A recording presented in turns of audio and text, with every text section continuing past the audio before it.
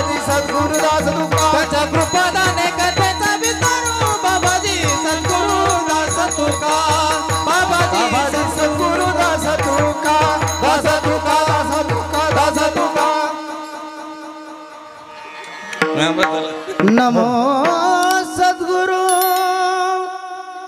तुकया ज्ञानदीपा नमो सद्गुरु सच्चिदानंद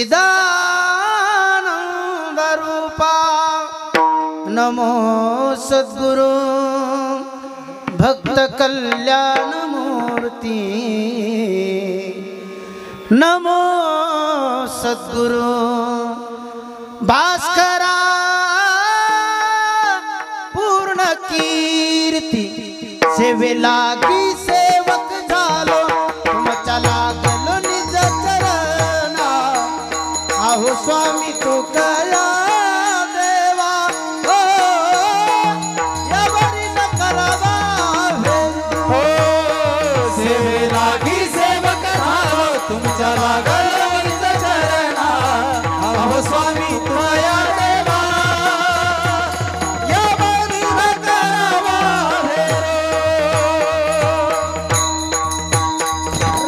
रायगडी मंदिरी वसे माझा राया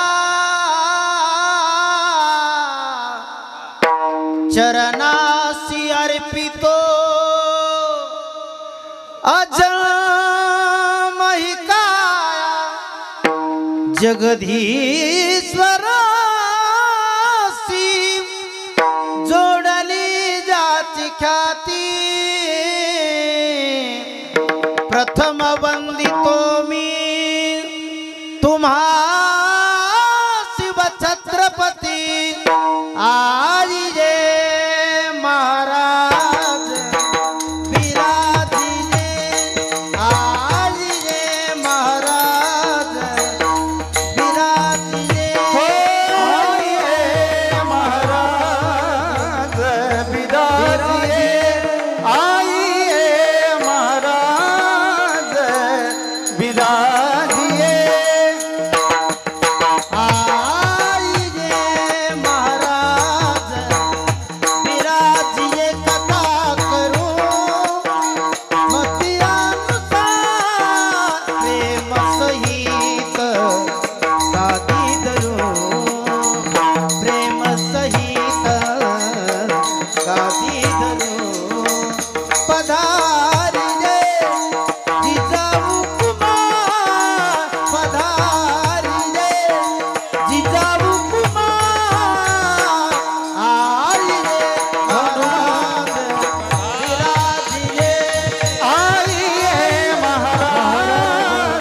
विराजिले आइए महाराज बिदारिये आइए महाराज स्फुरति प्रदेशं विदेन्द्रादिदेवे सदा स्तूयमानं समाधिस्थमूर्तिं भजे ज्ञानदेवम् ओम नमो ज्ञानेश्वरा करुणा करा दयाळा तुमचा अनुग्रह लाधलो पावन झालो चराचरी पांडुरंगा करू प्रथम नमन दुसरे चरण संतांच्या त्यांच्या कृपादाने कथेचा विस्तारू बाबाजी सद्गुरुदास तुका जयांचे केलिया स्मरण होय सकळ विद्येंचे अधिकरण तेची वंदोनी श्री चरण श्री गुरूंचे ते नमस्कारोनी आता धन्य ते संसारी दयावंत जे अंतरी येथे उपकारासाठी आले घरजा वैकुंठी प्रस्तुत प्राप्त कीर्तनरूपी सेवेकरिता निवडलेला अभंग विश्ववंद्य महाराष्ट्र भूषण वारकरी संप्रदायाचे अधिवर्यू तथा हिंदवी स्वराज्याचे संस्थापक छत्रपती शिवाजी महाराज यांचे धर्मगुरू विश्ववंद्य संत श्रेष्ठ जगद्गुरू श्री संत तुकाराम महाराज यांचा फार चरणाचा अभंग नसून अगदी 4 चरणाचा अभंग आहे। या अभंगाद्वारा जगद्गुरू श्री संत तुकाराम महाराज संसारिकाला धन्यता देतात। विठाला हला विठाल हला विठाल विठाल हला विठाल विठाल विठाल विठाल विठ्ठल विठ्ठल विठ्ठल विठ्ठल विठाल विठाल विठाल हला विठाल विठाल विठाल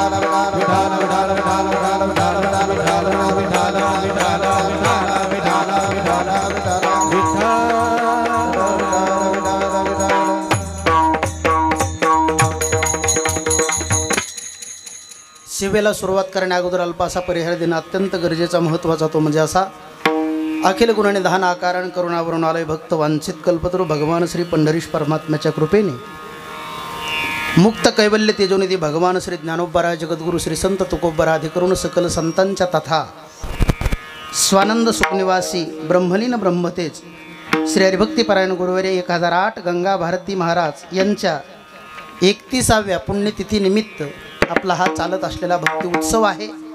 आणि मला असं वाटते या भक्ती उत्सवाला प्रातस्मरणीय ब्रह्मीभूत स्वानंद सुखनिवासी बाळानंद महाराज यांचा आशीर्वाद आहे. आणि मला असं वाटतंय पाहता पाहता आपल्या या सप्ताहाला 2 दिवस पूर्ण होऊन तिसऱ्या दिवसामध्ये आज आपलं पदार्पण झालेलं आहे. आणि तिसऱ्या दिवसाची कीर्तनरूपी सेवा माझ्यासारख्या पामराच्या वाटेला आलेली आहे. भगवान श्री ज्ञानोबरा जगद्गुरु श्री संत तुकोबरा अधिकरण वारकरी शिक्षण संस्था श्री क्षेत्र आळंदी देवाची तथा गुरुवर्य गंगा भारती महाराज गुरुवर्य बाळानंद महाराज आणि आत्ता आपल्या या आश्रमाचे उत्तराधिकारी जे प्रत्येक साधकावर नितांत प्रेम करतात श्री हरिभक्तीपरायण प्रातस्मरणीय परमादरणीय गुरुवर्य राधेश्याम बाबा तेही या बालकाच्या कीर्तनासाठी आज इथे उपस्थित आहेत. त्यांच्यासाठी एकदा सर्वांनी जोरदार टाळी वाजवा. त्याचप्रमाणे आपल्या सप्ताहामध्ये खूप आनंद वाटला की शिवमहापुराण कथा आहे आणि कथेचे प्रवक्ते श्री हरिभक्तीपरायण आमचे पठाडे बाबा तेही या कीर्तनासाठी उपस्थित आहेत. त्यांच्यासाठी सर्वांनी एकदा टाळी वाजवा. त्याचप्रमाणे सुंदर असा ज्यांचा मृदंग आहे आपल्याच गावचे भूमिपुत्र माझे ज्येष्ठ गुरुबंधू श्री हरिभक्तीपरायण मृदंग मार्तंड संतोषजी महाराज त्यांच्यासाठी एकदा सर्वांनी टाळे वाजवा. त्याचप्रमाणे ज्यांनी सुंदर अशी चाल समोर गायली ते महाराष्ट्रातील ख्यातनाम गायक श्री हरिभक्तीपरायण भजन सम्राट शुभम महाराज घारे त्यांच्यासाठी एकदा टाळे वाजवा. आणि त्यांना ज्यांनी साथ केली चालेल ते माझे परम मित्र गुरुबंधू माझ्यावर नितांत बंधुवत प्रेम करतात श्री हरिभक्तीपरायण आपले नानकिल्ले बाबा त्यांच्यासाठी एकदा सर्वांनी टाळे वाजवा. त्याचप्रमाणे आपल्या गावातील भजनी मंडळी असतील मग अगदी माझ्या आळंदीतील जो समाधी उत्सव असतो ना त्या उत्सवामध्ये संजू भाऊ आंभोरे यांची गाडी दिसली की सगळा मंडप स्तब्ध होतो. बरं का तुम्ही म्हणसाल का होतो. माणसाला मंडपात पत्रवाळी अशी उष्टी पडलेली दिसली ते उचलणार पण कुणी टाकली का त्याचा पाठलागच करणार शेवटच. हा पण गोड असा स्वभाव. अहो एकदा तर काय आता निघालं म्हणून सांगतो ग परिचय नव्हता आमचा. पहिल्यांदाच माझ्या फडावर आले आणि आता कीर्तनाला सुरुवात करायची. पंडित महाराज श्रीसागर भाऊ गुरुवार यांचं कीर्तन होतं. संजू भाऊ धोतर बितर घालून आलेले. आता तब्येत त्यांची म्हणजे उघसड पातळ नाही का. आणि मग आले तर मी म्हणलं बुवा करा ना सुरुवात. त्यांनी म्हणले माझा आवाज बरोबर नाही जरा एखादं प्रमाण म्हणेल म्हणे. आता भाऊंचं कीर्तन होतं साऊंड सिस्टीम चांगली होती दादासारखे वाजवणारी. त्यामुळं मग जे प्रमाण चालू केले संजू भाऊंनी 7 गायक होते एकाला सुद्धा प्रमाण म्हणू दिलं नाही. मी म्हणलं तुम्ही तर म्हणले आवाज बसला तसं नाही म्हणलं प्रमाणाला चालू तू. आणि जे तेव्हापासून मैत्री झाली तेव्हापासून आपल्या आळंदीच्या सप्ताहामध्ये खूप मोठं सहकार्य. विशेष म्हणजे 3 वर्षापासून त्यांची एकादशीची पंगत फिक्स आहे माझ्याकडे. म्हणून संजू भाऊ आहेत अर्जुन भाऊ आहेत अगदी सगळे नाही का. आणि विशेष वय नसताना सुद्धा विनेकरी बाबा या ठिकाणी विनेची सेवा करतात त्यांच्यासाठी टाळे वाजवा. आणि सुंदर असा आवाज ज्या माध्यमातून तुमच्या कानापर्यंत येतोय, अशी सुंदर माईक सिस्टीम आहे. त्या सिस्टीमसाठी एकदा टाळी वाजवा सर्वांनी. साऊंडवर नाव टाकून घ्या दादा. त्याचप्रमाणे या ठिकाणी 2 चॅनलवाले आहेत. एक ज्ञानाई यूट्यूब चॅनल आहे, म्हणून आपल्या येथील कीर्तन पाहण्यासाठी ज्ञानाई यूट्यूब चॅनलला सबस्क्राईब करा, लाईक करा आणि बेल आयकॉन दाबायला विसरू नका. त्याचप्रमाणे दुसरं चॅनल मला वाटते मराठी तडका, आनंद कीर्तनाचा. वा, आनंद कीर्तनाचा या सुद्धा यूट्यूब चॅनलला सबस्क्राईब करा, लाईक करा आणि बेल आयकॉन दाबायला विसरू नका. आता ऐका, माझ्यासमोर कथाकार बसलेले आहेत, पूजनीय बाबा बसलेले आहेत. एक सांगू का तुम्हाला, अलीकडे महाराष्ट्रामध्ये कीड लागलेली आहे. लाईव्ह चॅनलला चालू आहे तसा रोज बोलतो, पण ऐका. एखाद्या गायकाला जर आपण म्हणलं किंवा वादकाला जर म्हणलं चला ना हरिपाठाला, मी हरिपाठ वाजणारा वाटतो का? मी हरिपाठ म्हणणारा वाटतो का? मग काय म्हणतो, देवीचे गाणे. पण मला खूप आनंद वाटला की इथं दोन्ही महात्मे म्हणजे कथाकार, अहो एक कथाकार, मी सुद्धा कथाकार आहे, एक कथाकार दुसऱ्याच्या म्हणजे कथाकाराच्या कीर्तनाला कथेला जात नाही, एक कीर्तनकार दुसऱ्या कीर्तनाच्या ठिकाणी जात नाही. म्हणजे 2 गोष्टी काय काय बऱ्याच एकत्र येत नाही. जुने कीर्तनकार स्वानंद सुखनावासी वैकुंठवासी, मला वाटते गंगा भारती बाबांचेच शिष्य साहेबराव महाराज कोठाळकर नेहमी हे सांगायचे, 2 गोष्टी कधीच एकत्र येत नाहीत. कोणकोणत्या आहे का? 2 आवा, 2 जावा आणि 2 बुवा, हे कधीच एकत्र येत नाही. 2 येडे, 2 रेडे आणि 2 घोडे कधीच एकत्र येत नाही. 2 शास्त्री, 2 मिस्त्री आणि 2 कुत्री हे कधीच एकत्र येत नाही. येतात का? नाही. दादाच्याच मुखातून ऐकलेलं एक वाक्य सांगतो तुम्हाला. एकदा असं झालं, नजर चुकीनं 2 सख्खे भाऊ, त्यांची एकादशी बरं का बाबा, आणि दोघांनी 2 चिठ्ठ्या लिहिल्या. पूर्वी चिठ्ठ्या त्या मोबाईल नव्हती. मग पूर्वीच्या काळात दोघांनी 2 महाराजाला चिठ्ठ्या लिहिल्या. एक जरा 4 वाजताच आलं आणि एक घोड्यावर आलं, ते 6 वाजता आलं. मग ते 4 वाजता आलेलं होतं, ते बैठकीत बसलेलं होतं माळवादाच्या. आणि मग 6 वाजता जे घोड्यावर आलं होतं महाराज, त्यांनी विचारलं, म्हणे अमक्या अमक्या पाटलाचं घर कोणतं आहे? म्हणे हे समोरचं. म्हणे तुम्ही? आत महाराज येते. ते म्हणले त्याला काय कळत, ते बैल आहे. म्हणजे आतले महाराज कोण झाले? बैल. मग हे मुलगा त्याच्या चुलत्याकडे गेला, म्हणला ते आतले महाराज तर बैल आहेत म्हणा, ते कसे कीर्तन करतील? ते म्हणला उग म्हणले असतील म्हणला. मग आतल्या महाराजाकडे गेलं. ते म्हणले बाहेर सुद्धा एक महाराज आलेत महाराज. ते म्हणले त्याला काय कळतं, ते गद आहे. आता एक झालं गाढव म्हणजे गद आणि एक झालं बैल. 2 जण जेवायला बसली. तो मुलगा एवढा हुशार होता आणि चतुर होता, त्यानं शेतात गेला, एका ताटात सुंदरपैकी हिरवी हराळ आणली आणि एका ताटात सुंदर असा कडबा अशी त्याची कुट्टी करून आणली आणि दोघांच्या समोर ठेवली. ते म्हणले असं का केलं? हे खायला मी का बैल वाटलो का? ते म्हणला मी कुठं म्हणतो तो, हे तुमचाच जात भाई म्हणला, हे बैल आहे. मग बैल काय खातो? काढबा. खा काढबा. ते म्हणला मला हराळ कशासाठी आणली? अहो म्हणे हेच म्हणले तुमचे गुरुबंधू, हे गाढव आहे म्हणून. मग गाढव काय खातं? हराळ. तसं इथं नाही. इथं आल्याच्या नंतर अगदी माझं मन प्रसन्न झालं, कारण एकमेका सहाय्य करू किंवा तुम्ही आम्ही खेळीमेळी गदारोळी आनंदी विठाला. जगद्गुरु श्री संत तुकाराम महाराजांच्या अभंगाद्वारा संसारिकाला धन्यता देतात. पण कोणत्या संसारिकाला धन्यता देतात? ऐका. ज्या संसारिकाच्या अंतःकरणामध्ये दया ओतपोत भरलेली, अशा संसारिकाला महाराज धन्यता देतात. धन्यते संसारी दयावंत जे अंतरी. मग ज्यांच्या अंतःकरणामध्ये ओतपोत दया भरलेली आहे असे संत राहतात कुठे, तर त्याचं उत्तर आहे वैकुंठात. महाराज ज्यांच्या अंतःकरणात दया आहे ते वैकुंठात राहतात. मग या मृत्यूलोकात येतात कशासाठी, तर केवळ आणि केवळ उपकारासाठी. येथे उपकारासाठी आले घर जा वैकुंठी. मग उपकार करण्यासाठी आलेले संत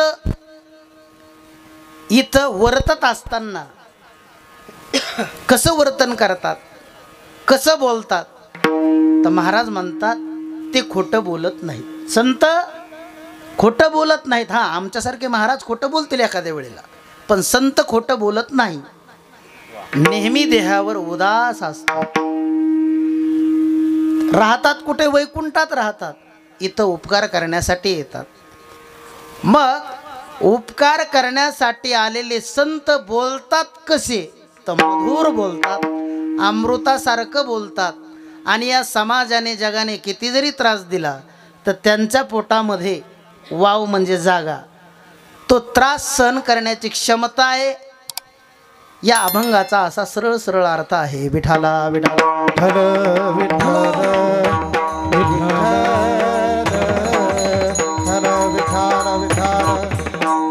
आज सेवेला जो निवडलेला अभंग आहे हा 4 चरणाचा आहे. मी नेहमी सांगतो बहुतांशी पहिल्या दिवशी किती चरणाचा अभंग होता. तुम्ही बोलत नाहीत का, मी हानू हानू घे ना. तुम्हाला कंटाळा आला का, चहा सांगू काय आता, मग आहे का.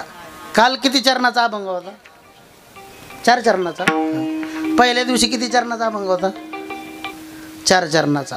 मला हे सांगायचे बहुतांशी कीर्तनाला कीर्तनकार 4 चरणाचाच अभंग का घेतात. त्याचं उत्तर असे, फक्त आपल्यासारखे 2 चरणाचे माणसं नीट वागनात म्हणून. विठाला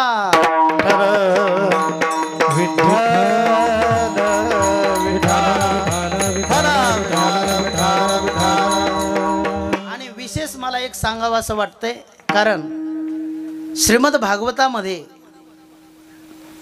जी भरत जड भरताची कथा आलेली आहे, भरताला तारुण्यामध्ये विरक्ती वैराग्य निर्माण झालं होतं. म्हणजे परमार्थाची आवड म्हातारपणी असायला पाहिजे का, तारुण्यामध्ये. तसं आपल्या शिंगोण्या गावातील काही तरुणांनी आपल्या आश्रमासाठी वेळ तर दिला, पण त्यांनी एवढे परिश्रम केले, झाडं तोडली, लाईट लावली, त्यांनी शेड उभारले. खरं म्हणजे मला त्यांचा सार्थ अभिमान वाटतो. त्यांच्यासाठी सर्वांनी टाळी वाजवा. ऐका गाड्या ऐका. हे पहा, एखादा तलाव असतो, तलाव, त्या तलावाला सांडवा असणं गरजेचं आहे. मी असं विचारतो तुम्हाला, जर तलावाला तळ्याला सांडवा नसेल तर ते तळ राहतं का.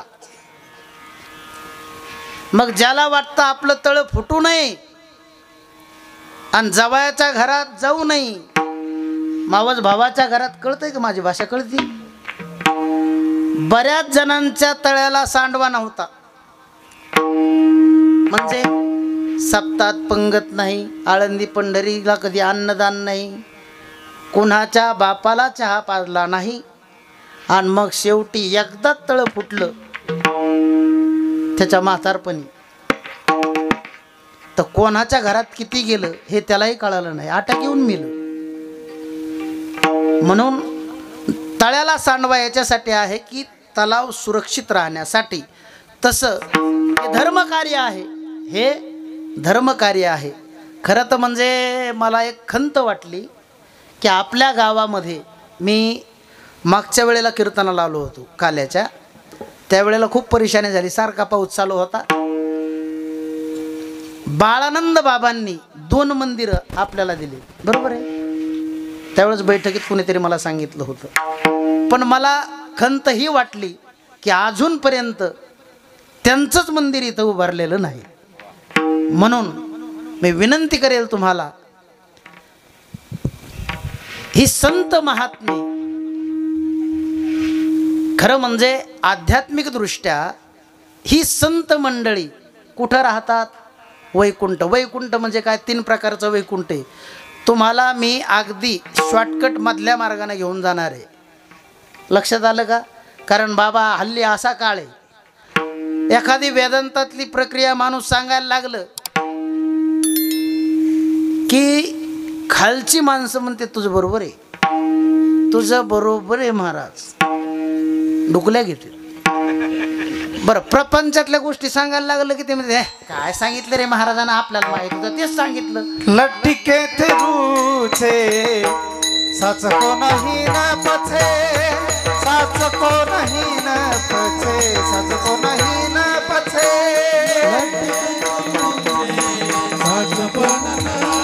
पछे सच को नहीं न पछे, सच को नहीं न पछे. लट्टिके थे रूचे सच को नहीं न पछे, सच को नहीं न पछे, सच को नहीं न पछे. लट्टिके थे रूचे सच को नहीं न पछे, सच को नहीं न पछे, सच को नहीं न पछे.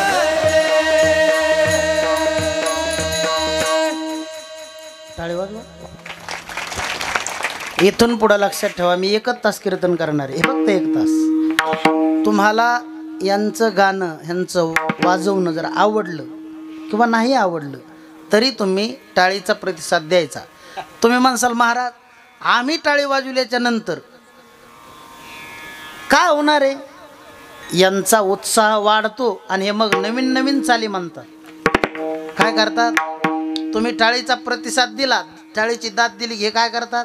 चांगल्या चांगल्या चाली म्हणतात. एका मला विचारलं महाराज नाहीच टाळी वाजली तर मग मी म्हणलं मग हे कशाच्या कशा चाली म्हणतात?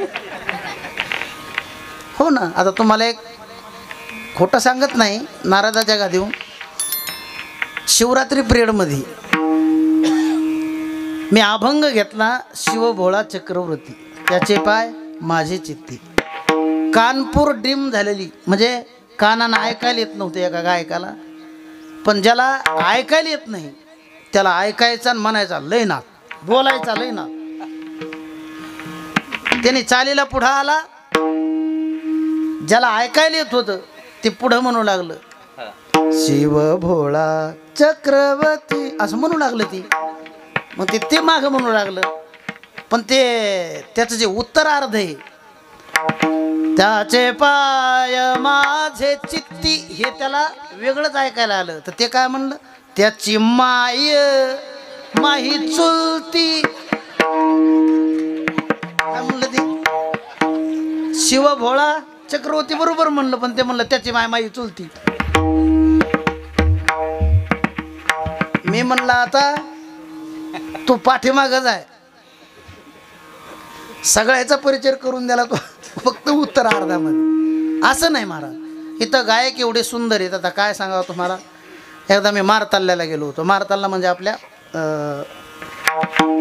कर्नाटकची बाउंड्री, संतोष दादाला माहिती आहे. माझा मित्र तिथं नोकरीसाठी, त्यांना असा नाद लावला, माऊली या हो तुम्ही.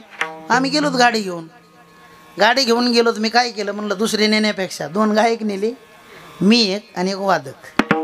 आम्ही तिथं गेलो. त्या गावात टाळ अजिबात वाजलेला नाही. कमीत कमी 13 वाघे मंडळ. किती? 13 वाघे मंडळ. आणि त्याने असा नाद लावला, त्या म्हणला महाराज कारण कीर्तन, माझा वाढदिवस आहे. मी मनातल्या मनात विचार केला एवढ्या लांब गाडी घेऊन आलोय, कीर्तन तर करावं लागणार आहे नाही का. आता मी म्हणलं मग हा ना विना. ते म्हणलं विना 1च मिनिटात. त्यांना फोन लावला, म्हणलं विना घेऊन या. हे एकटंच महाराष्ट्रातलं होतं तिथं.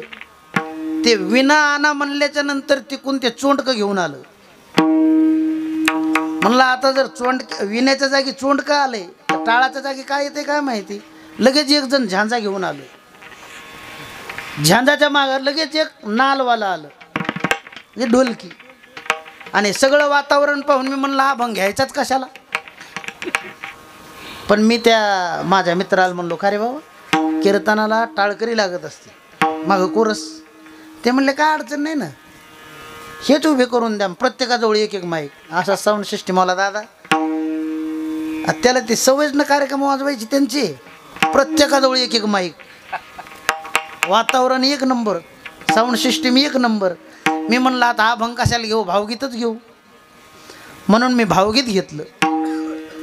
ब्रह्मानी विष्णू महेश्वर सामोरी बसले मला हे दत्त गुरु दिसले. मी असं म्हणल्यावर मागच्या यानी माझ्यासारखं नाही म्हणलं, ज्यांची खाली ठेवून दिले आणि बोट असे केले, याला रे दत्त गुरु दिसले. याला रे, याला म्हणजे कोणला, नेमकं कोणला, मला. एवढा अवमेळ झालेला आहे तिथं. अहो गंधर्वासारखे गायक आहेत, इंद्रासारखा वाजवणार आहे, परीक्षित राजासारखे तुम्ही श्रोते आहेत, फक्त सांगणारा शुकाचार्य नाही.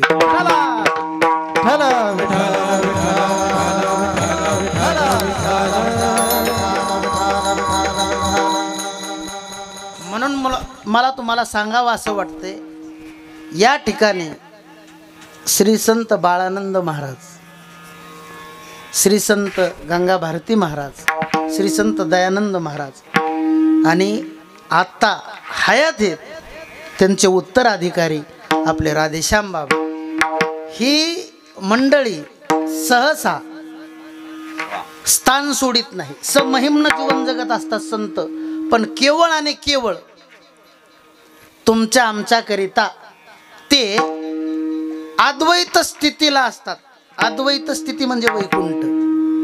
मग अद्वैत स्थितीला संत राहतात, मग द्वैतात कशासाठी येतात, तर त्याचं एकमेव कारण, हे देव बघारासाठी,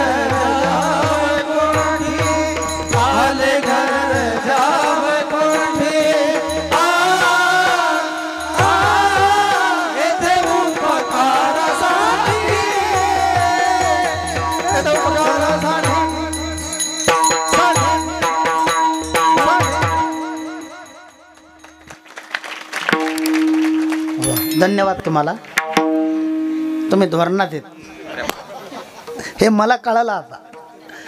जगद्गुरु श्री संत तुकाराम महाराज अभंगाच्या दुसऱ्या चरणामध्ये संत महात्मे इथे येतात कशासाठी, केवळ आणि केवळ उपकारासाठी इथे येतात. एकानं विचारलं, महाराज संत इथे उपकारासाठी येतात पण उपकार करतात काय, तर त्याचं उत्तर असं आहे, प्रत्येकाला ज्या वस्तूचं विस्मरण झालेलं आहे, प्रत्येक नरदेहात आलेला माणूस मरणाच्या भीतीने चाचपडतोय रात्रंदिवस. एखाद्याची वार्ता जर ऐकली, एखादा अपघात झाला, हे अभयत्व प्रदान करणारे संत आहेत, म्हणजेच निर्भयता. म्हणून मी नेहमी सांगतो, तुमच्या आमच्यावर मायबापाच्या उपकारापेक्षाही संतांचे उपकार जास्त आहेत. का? कारण त्यांनी जे उपकार केले त्याचं वर्णन करताना जगद्गुरु तुकोबाराय म्हणतात, केले उपकार सांगू मी काय, पाप न करी ऐसी माया, धर्मितांचे देखिले पाय, दिले आचया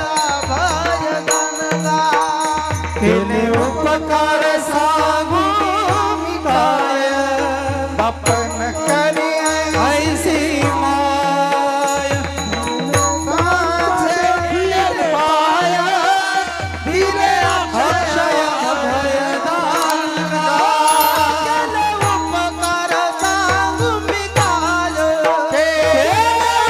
उपकार सांगू मी काय आपण करी ऐसी माय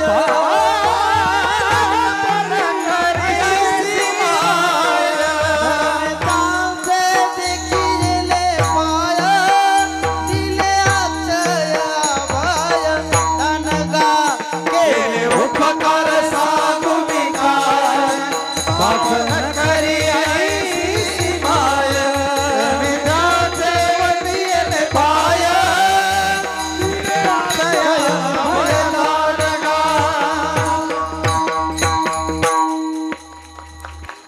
महाराज म्हणतात जे संतांनी आपल्यावर उपकार केले ते मी काय सांगू किंवा काय सांगू आता संतांचे उपकार ते वाणीनं सांगता येत नाहीत एवढे उपकार केले काय उपकार केले थोडासा फरक पहा मायबाप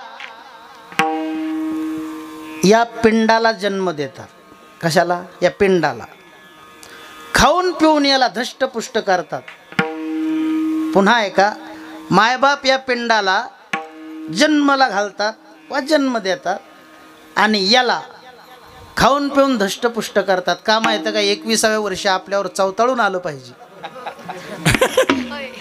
काहीला आता कळन काहीला 8 दिवसांनी फोन करून सांगा मला पण संत मायबाप आहेत ना या जन्म मरणाच्या येरझारीतून आपल्याला मुक्त करतात जन्म मरणाचा या जन्म मरणाचा या संत संगे जन्म मरण जाय संत संगे जन्म मरण जाय म्हणे बाबू पिंड पाडीला माया पिंड पाळीला माया बाबू पिंड पाडीला माया बाप पिंड पाळीला माया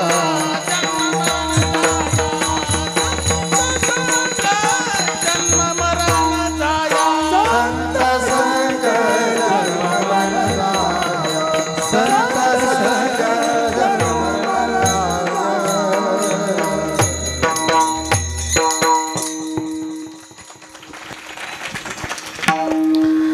माय बाप पिंड पाडियेला माया जन्म मरण जाया संत संग म्हणून संत महात्मे या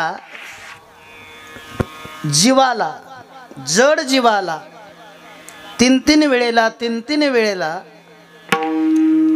की अरे बाबा तू देह नाही तू मन नाही तू प्राण नाही ह्या सगळ्याहून तू कसा आहे वेगळा आहे अर्थात स्वस्वरूपाची ओळख करून देतात कोण संत हा उपकार करतात मग दिले अक्षय अभय दान हे आपल्याला मायबाप देऊ शकतात का नाही उलट मायबाप काय करतात आता बाबा सोडून आपण सगळे माझ्या सहित मी तुमच्यातलाच एक आहे फक्त मी उभा आहे तुम्ही बसले तुम्ही लय बोर झाल्यासारखे वाटतं हो मला बाबा पुढच्या वर्षी विनंती आहे तुम्हाला यावर्षी मी उभा राहून कीर्तन सांगतो हे सगळे बसून ऐकतात हो माईच्यानी ऐका हो पुढच्या वर्षी माझी विनंती आहे तुम्हाला एक हो ऐका मी उभा राहून कीर्तन आता सांगतो तुम्ही बसून ऐकायले बरं का पुढच्या वर्षी फक्त माझ्या विनंतीला मान द्या तुम्ही आणि एक करा प्रत्येकासाठी एक एक वळकटी इथं उपलब्ध करा वळकटी म्हणजे काय नाही तर मग एक सतरंजी एक शाल आणि एक उशी बरं का हे पडून ऐकते आणि मी बसून सांगन. जर समजा तुम्हाला माझं नाही पटलं तर तुम्ही खुशाल शाल तोंडावर घेऊन झोपायचं. आणि समजा कुणाला जर आवडलंच तर मग शाल काढायची, त्याला काय.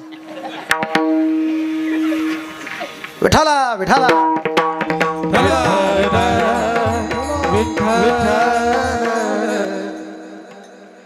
संत हे नरदेहात आलेल्या जीवावर उपकार करण्यासाठीच इथे अवतार घेतात. किंवा संतांच्या अवताराची 6 कारणं आपल्या संत वाङ्मयामध्ये सांगितलेली आहेत. उगाच नाही. 6 कारणं मी आपल्याला सांगेन. पहिलं कारण, संतांना इथं का यावं वाटलं, का येतात, का आले. इथून पाठीमागं आले म्हणजे गंगा भारती महाराज इथं आले ना, म्हणजे भूतकाळ. आता वर्तमानात राधेश्याम बाबा आहेत ना, म्हणजे आलेत, आता आहेत आणि पुढे येत राहतील. ही महात्म्य इथं का आली? केवळ आणि केवळ तुमचा आमचा उद्धार करण्यासाठी. ब्रह्ममूर्ती संत जगी अवतरले, ब्रह्ममूर्ती संत जगी अवतरले, ब्रह्ममूर्ती संत जगी अवतरले, ब्रह्ममूर्ती संत जगी अवतरले.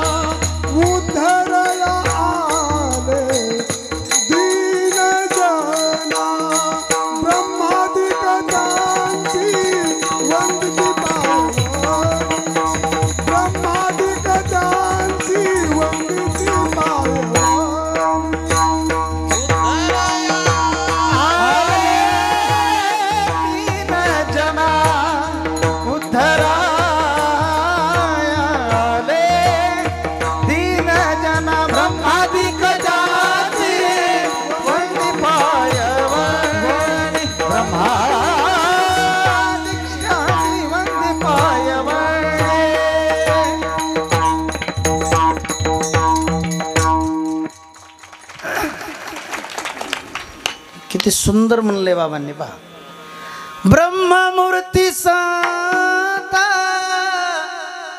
जगी अवतरले, उद्धाराया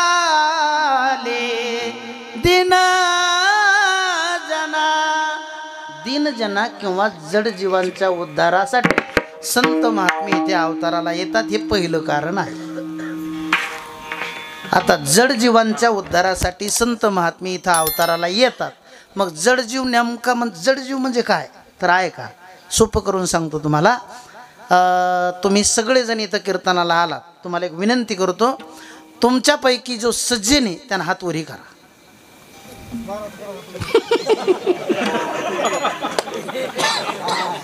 तसं काय नाही, मी चहा घेऊन येतो तोपर्यंत. बाबा विशेष वाटलं मला, तुमच्यापैकी सज्जन कोणीच नाही. सज्जन नाहीत तुम्ही, सज्जन नाहीत. चला संधू महाराज येऊ मी. अरे तुमच्यापैकी कोणीच सज्जन नाही का? मावले हो तुम्ही नाही, जाऊ द्या, हे नाही का सोडून द्या. बरं आता एक दुसरी विनंती अशी आहे, तुमच्यापैकी दुर्जन कोण आहे तेवढं तरी कारण हातवरी.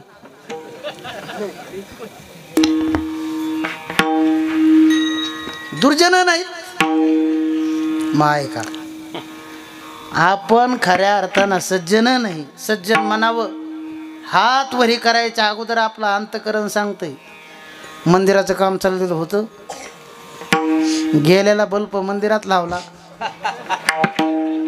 चालू बल्ब घरी नेला, मंदिराचा स्लॅब टाकणं चालला होता. त्यावेळेला शेळ्याला खोट्या ना होत्या म्हणून एक गज चोरला होता, त्याच्या खोट्या केल्या. कशाला हातवर करतो? हातवरी करू नको, हे अंतकरण सांगतं आपलं. म्हणजे आपण पूर्णतः सज्जन नाही. बरं, तर कीर्तनाला आलात तुम्ही, भरभरून आपल्या कार्यक्रमाला सहकार्य करता म्हणून तुम्ही दुर्जनही नाही, म्हणजे पूर्णतः सज्जन नाही आणि पूर्णतः दुर्जन नाही. मग नेमके आहेत कोण? याला जडजीव म्हणायचं, दोन्हीच्या मधला वर्ग. आणि या जडजीवांच्या उद्धारासाठी संत महात्मे वैकुंठाहून अवतार इथं घेतात. त्याचं कारण काय? उपकार करण्यासाठी, तुम्हा आम्हाला सन्मार्ग लावण्यासाठी. ऐका, जडजीवांचा उद्धार करण्यासाठी संत महात्मे इथं अवताराला येतात. हे संतांच्या अवताराचं पहिलं कारण. राहिली 5 कारणं. आता तुम्हाला पटलं तर पटलं, नाही तर हट छट तांबड फुटलं. 6 कारणं सांगायचीत ना तुम्हाला, ऐकणार ना तुम्ही? मग ऐका. वाढावया सुख भक्ती भाव, वाढावया सुख भक्ती भाव धर्म, वाढावया सुख भक्ती भाव धर्म, वाढावया सुख भक्ती भाव धर्म, वाढावया सुख भक्ती भाव धर्म, वाढावया सुख भक्ती भाव धर्म. चारी नाम विठोबाचे हो, तुळा चारी नाम विठोबाचे, तुळा चारी नाम विठोबाचे. अवतार तुम्हा धराया करण, अवतार तुम्हा धराया करण, अवतार तुम्हा धराया करण, अवतार तुम्हा धराया करण. तुळाचारी नाम विठोबाचे, तुळाचारी नाम विठोबाचे, तुळाचारी नाम विठोबाचे, तुळाचारी नाम विठोबाचे. अवतार तुम्हा धराया करण, अवतार तुम्हा धराया करण, अवतार तुम्हा धराया करण, अवतार तुम्हा धराया करण, धराया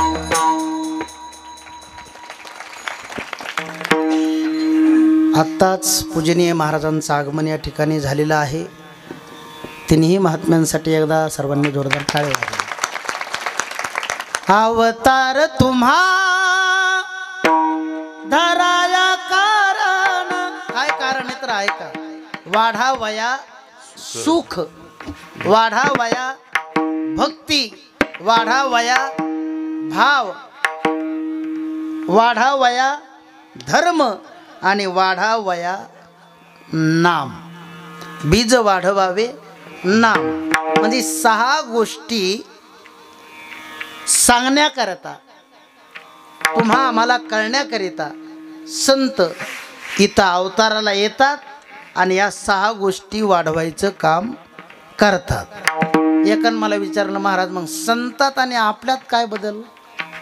अरे म्हणलं बाबा, संत देह आपला कष्टी घालतात. तो कशासाठी? जगत कल्याणासाठी. देह कष्टभीती किंवा परोपकार, परोपकार करण्यासाठी संत महात्मे आपला देह खर्ची घालतात. ते म्हणला मग आम्ही नाही का खर्ची घाल? तुम्हाला एक सूत्र सांगून जातो पहा. आपल्या आईनं आपल्याला एखादी तंबाखूची जरी पुडी सांगितली दुकानातून आणि ती आपण नेऊन दिली तर ती आईची झाली सेवा. काय झाली? आणि बायकोनं आपल्याला तेलाची कॅन जरी सांगितली तर ती सेवा नाही, ते झालं काम. कारण तुम्ही आम्ही ज्याच्यात जीवन जगतो ना, तो प्रपंच मुळात एवढा बेकार आहे एकदा माणूस नादी लागला की तो तिथंच गुंतून राहतो. 3 सूत्र आहेत पहा. स्वानंद सुखनिवासी ब्रह्मलीन ब्रह्मतेज गुरुवरे विठ्ठल बाबा शिवणगिरीकर सांगायचे. सगळ्यात सुरुवातीला या प्रपंचामध्ये कसे हिरवळ दिसते माणसाला. पहा तुम्ही 21व्या वर्षी लग्न झालं की तुम्ही त्याला नुसतं आपला जेहारी घालायचा, नुसतं म्हणायचं जेहारी पाटील जेहारी, वजनात जेहारी घालतं. आणि एखादा लेकरू बाळ झालं की त्याला म्हणायचं जेहारीची जेहारी. लक्षात आलं का? जाऊ द्या. सुईद्वारा माणूस वळतोय ना, सुईद्वारा. ते सुईद्वारा वळताना कसा व्हावा लागतो? असाच ना. तितक्या एकाग्रतेने आणि तितक्या प्रयत्नानं आपण परमार्थ करतो का? सुईद्वारा वावताना कसं आहे, ते पहिली गोष्ट तर तो वावताच येत नाही आपल्याला. आणि इकून तिकून एकदा वावला म्हणजे द्वारा वावणं म्हणजे काय कळालं का? आता शपथ काय सांगावं तुम्हाला, गावी गेलं की दुसरा विषयच नाही कोणता. बाबा बोला ना, तुम्ही रोज फिरतात मग काय करू? आमच्या बाब्याला एखादी बबी पाहा ना. अरे आम्ही का बाब्या पाहत फिरतो का काय? आणि त्या का पडितातल्या गावऱ्या येतोय, उचलली की टाक थैलीत. अहो लय अवघडे महाराज. आता पहिल्याना मुलांचे बाप अंगठ्यान बिंगठ्यान ताईट चालवत होते पंक्तीला. आता तुम्हाला सांगू का, आता उलट झाले. आता मुलीचा बाप अंगठ्या घालून पंक्तीला फिरवतो, एक बुंद्यान चपात्यान. कारण वंशाचे दिवे बिघडले ना. लक्षात आलं का? हे सुरुवातीला बरं वाटतंय. म्हणून संसार अगोदर सुती तू नंतर गुती तू आणि नंतर इमानदारीनं कुथी तू, जन्मभर कुथी तू. तुम्ही पहा ना, लयच असे आंबट झालेले आहेत माणसं प्रपंचानं. जाऊ द्या. तुम्ही प्रपंच किती उलट्या खापरीचा आहे तुम्हाला मी सोपं करून सांगतो. आमच्या दोघात होऊ देतो म्हणजे तुम्हाला बरं वाटेल. हॅन माऊली जमल ना? हां. तुमच्या पंजोबा कुठं आहेत? ते म्हणले वरी. बरं बरं वासू द्या. तुमचे खापर पंजोबा ते कुठं आहेत? बरं. तुमचे आजोबा वडील वरीचे. आणि तुम्ही त्याचे पण तू नातू कुठं येतं? खाली. मग ऐका, तुम्ही जर ज्ञानेश्वरीचं पारायण आहे जिथं म्हणा 15वा अध्याय उघडला किंवा गीतेचा, तर त्यात एक चित्र आहे पहा, पिंपळ असं उलट चित्र आहे. उलट म्हणजे त्याच्या मुळ्या कुठं येतं आणि शेंड कुठे आहे? आता यायचं बुड कुठे आहे? मूळ कुठे आहे? मूळ वरी. आणि शेंडे कुठे येतं? हे काय शेंड पळी इथं बसलेलं आहे का? आता आहे का नाही उरफाटा? जाऊ द्या. तुम्हाला आता काय सांगावं, साधू संतांनी सांगितलं हो. जमेला पंजा मेला बाप मसना गेला. हो आजा मेला पंजा मेला बाप मसना गेला. देखत देखत नातू पंतू तू ही तैसा झाला. उठा उठा जागा पाठी पय आले मोठे. पंढरी वाचोनी रिता ठाव नाही कोठे. हो आजा मेला पंजा मेला बाप मसना गेला. हे सगळी गेली म्हणजे यांचा पंजा, खापर पंजा, आजा, बाप बाप गेला. हेच राहिलं खाली. आहे का नाही उरफाटा प्रपंच? अहो एवढा उरफाटा आहे काय सांगावं तुम्हाला. इथलं नाही सांगत कारण सगळं पाहुण्या नावण्याचं गाव आहे. येत असताना आम्ही परतूरमध्ये आमचे पाहुणे भेटले. ते म्हणले मग माऊली दाजी आपण घरी जाऊ. घरी गेलो. घरी गेल्याच्या नंतर त्यांनी आवाज दिला. म्हणले मग दाजी चहाच घेऊन जा ना, चहाच घेऊन जा म्हणलं. मी पळतच दुकानात गेलो, 5 लिटरची स्टीलची कॅटली आणली. त्या पाहुण्याच्या घरी गेलो आणि म्हणलं टाका याच्यात चहा. ते काय म्हणले, चहा घेऊन जा. असंच केलं मी. नाही नाही, मी का तेवढा पानचटे का, ते घेऊन जा म्हणले, मी पिऊन आलो. हे नाही कळालं, जाऊ द्या. गावातून आम्ही येत होतो, काही रस्ता कळाला नाही बरं का बाबाजी. आता एका मुलाला मी रस्ता विचारला, म्हणलं आम्हाला गंगा मठाकडे जायचं म्हणलं, आश्रमाकडे आपल्या, रस्ता सांग ना. ते म्हणलं सोपं आहे बाबा, त्याचं काय एवढं. पुढं गेलं की तुम्हाला एक बिना प्लास्टरचं मोठं घर लागन. पुढं गेलं की वडाचं झाड लागन. पुढं गेलं की लिंबाचं झाड लागन. मी म्हणलं मला नाही जायचं कीर्तनाला. ते म्हणलं का? अरे म्हणलं येडा आहेस का काय बाबा, एवढं घर लागल्यावर मी वाचन का? बरं घरातून वाचन कसं तरी, वडाचं झाड लागल्यावर मी वाचन का? ते म्हणला तसं नाही हो, हे लागण म्हणायचं असते, ते लागत नसते. लक्षात आलंय? लय उरफाट आहे. म्हणून या प्रपंचाच्या नादात आपण आपल्या सुस्वरूपाला म्हणजे ओळख विसरलो, आपलं खरं स्वरूप विसरलो का नाही आपण. मग एकदा जन तरी देखे गुंतलेस प्रसंची, स्मरण ते त्याचे तासी नाही, स्मरण ते त्याचे तासी नाही. वा, बाबासाठी टाळ्या वाजवायला खूप चांगलं दिलं त्यांनी प्रमाण. ऐका, सगळे आपण कशात गुंतलो? प्रपंचामध्ये. किती गुंतलोत पुन्हा, मी आत्ताच सांगितलं तुम्हाला. अहो माणसं एवढा प्रयत्नानं संसार करतात, एवढा प्रयत्नानं करतात, पण प्रपंचामध्ये आत्तापर्यंत कोणाला यश आलंय का? आले? रावणाकडे काय उगा, रावणा श्रीमंती माहिती आहे ना तुम्हाला, 10-15 JCB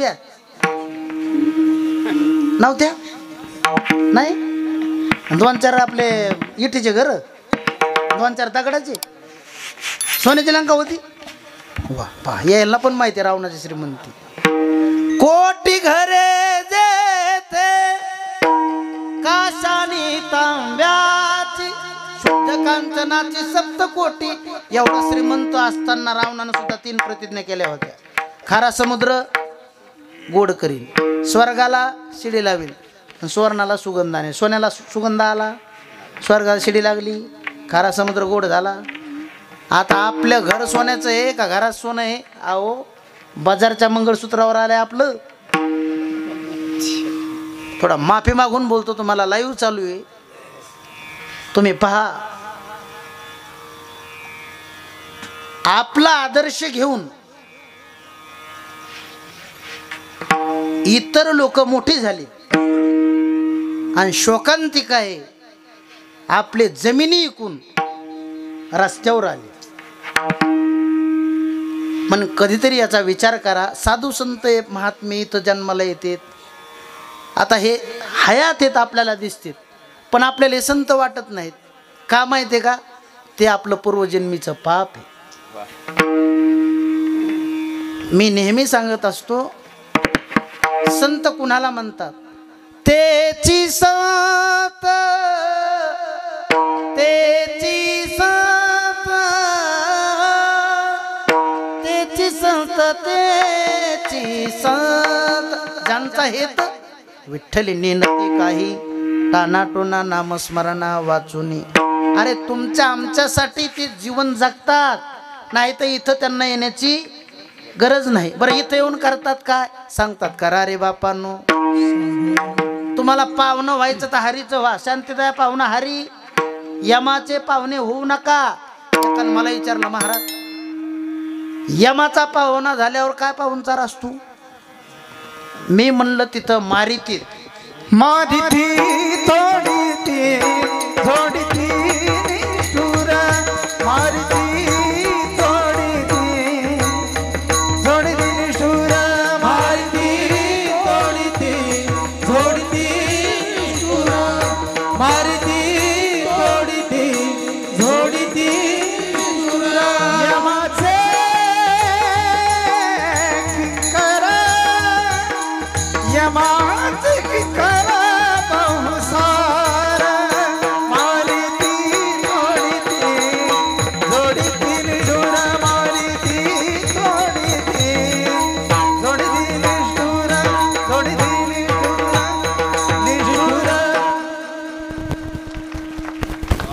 टाळ्या काय तुम्ही अशा भरभरून वाजित नाहीत आहे का? ह्या माऊल्या सगळ्या बसलेल्या दिसतात ना तुम्हाला, ह्या अशाच मागच्या जन्मात कीर्तनाला येत जाय त्या. ह्या इकडं होत्या. महाराज सांगायचे टाळी वाजवा, भजन करा. पण याच्यातल्या काही म्हणल्या तू किती कर वटवट, आम्ही निबरघटची निबरघट नाही वाजित टाळ्या, आमचं काय जाणार आहे. पण ऐका ना, त्यांनी कंटाळा केला टाळे वाजवण्याचा कथित कीर्तनामध्ये, म्हणून त्यांना स्त्रियांचा जन्म मिळाला. बसा टाळ्या वाजवीत. नाही कळलं तुम्हाला? म्हणून आता तुम्हाला मी सांगायलो, अहो सगळे संत सांगतो, तुम्ही करे टाळी बोला मुखी ना, बरोबर आहे, सगळे संत सांगते. पण आपण एवढे विचित्र आहेत, आपण म्हणतो आम्ही नाहीच वाजवली टाळी तर काय होईल. तुम्ही किती सांगितलं तरी आम्ही नाही वाजवणार, आमचं काही जाणार नाही. येतं आमचं काय जाणार आहे? काही जाणार नाही, तुमची हानी होईल. हे जरी नाही काल मग दुसरा येईल, हे जरी नाही काल जरी दुसरा येईल हे जरी नाही काल. सर्वांनी हात वरी करा. चला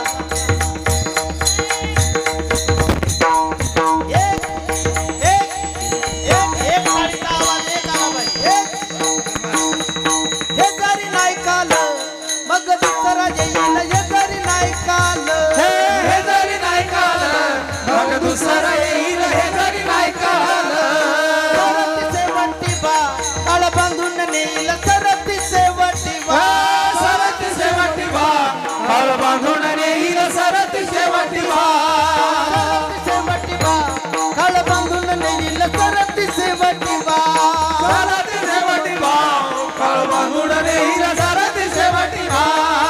एका जनार्दनी आमचे काय बाधारी रे,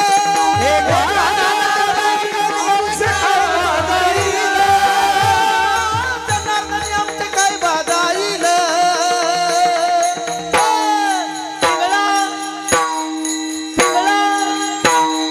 पिंगळा महाद्वारी बोल बोलत देखा, पिंगळा महाद्वारी, पिंगळा महाद्वारी बोल बोलत लेखा, पिंगळा महाद्वारी.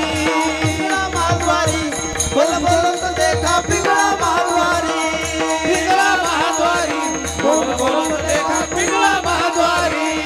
अहम वागा सोहम वागा प्रेम नगरावारी, अहम वागा सोहम वागा प्रेम नगरावारी. सावध होऊन भजनी लागा, देव करा कैवारी, देव करा कैवारी. मल्हारी जिवारी, मल्हारी जिवारी माझा, मल्हारी जिवारी,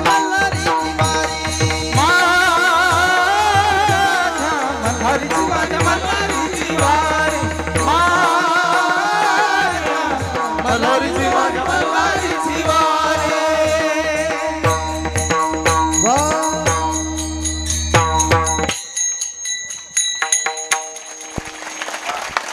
वा, आता छान टाळ्या वाजवा, तुम्हीच तुमच्यासाठी टाळ्या वाजवा. नाथ बाबा म्हणतात हे जरी नाही काल, आम्ही सांगतो ते तुम्ही आता ऐकत नाहीत ना, मग आमचं नाही ऐकलं तर तुम्ही कोणाचं तरी ऐकणार आहे. मग तिथं दुसरा येणार. दुसरा कोण? तो सगळ्या जगाला खातो तो काळ. दुसरा येईल, आमचं तुम्ही ऐकत नाही, मग दुसरा येईल. हे जरी नाही काल मग दुसरा येईल, हे जरी नाही काल, सरती शेवटी बा काळ बांधून नेईल. एका जनार्दनी आमचे काय वाजाय, काही जाणार नाही. उलट एक सांगू, नरदेह मिळून जर आपण भक्ती नाही केली, परमार्थ नाही केला, अशा उत्सवाला सहकार्य नाही केलं, अन्नदान नाही केलं, तर नाथ बाबा म्हणतात खरं तर अशा मनुष्य 5वीच्या दिवशीच सटवीने न्यायला पाहिजे होता. भक्ती विने पशु, भक्ती विने पशु कशाची वाढला, सटवीने नेला कैसा नाही, सटवीने नेला कैसा नाही, कैसा नाही, सटवीने नेला कैसा नाही. भक्ती विने पशु, भक्ती विने पशु कशाची वाढला, सटवीने नेला कैसा नाही, सटवीने नेला कैसा नाही, सटवीने नेला कैसा नाही, सटवीने नेला कैसा नाही.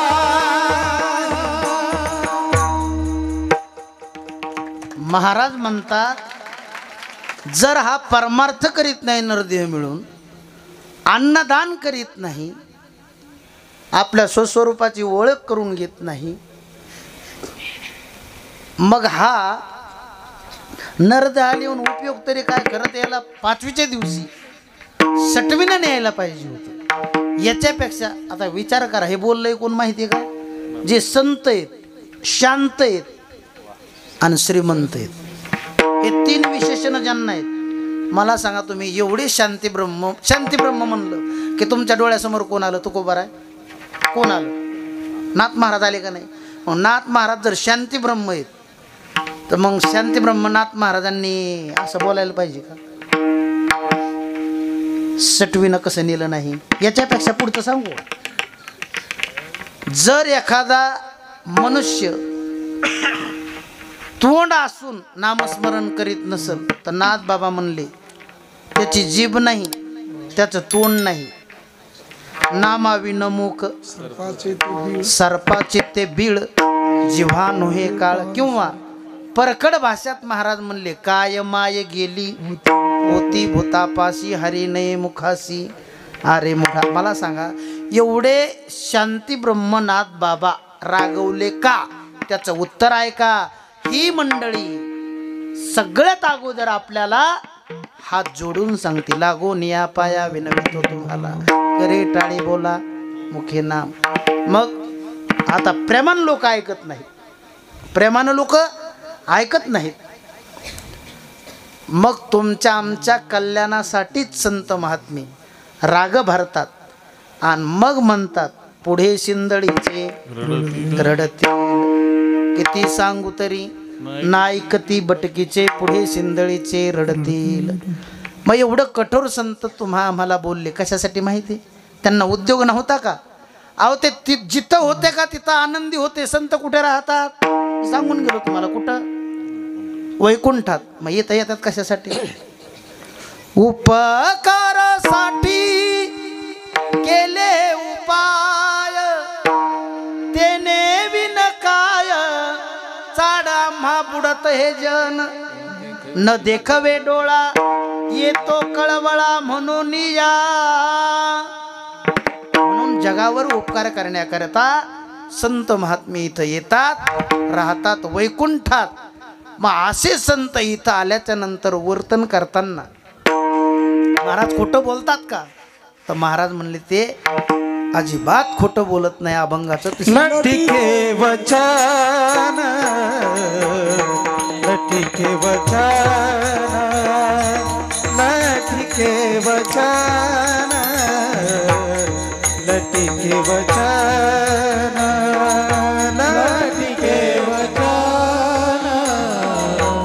लटिके वचन, लटिके वचन, लटिके वचन, लटिके वचन,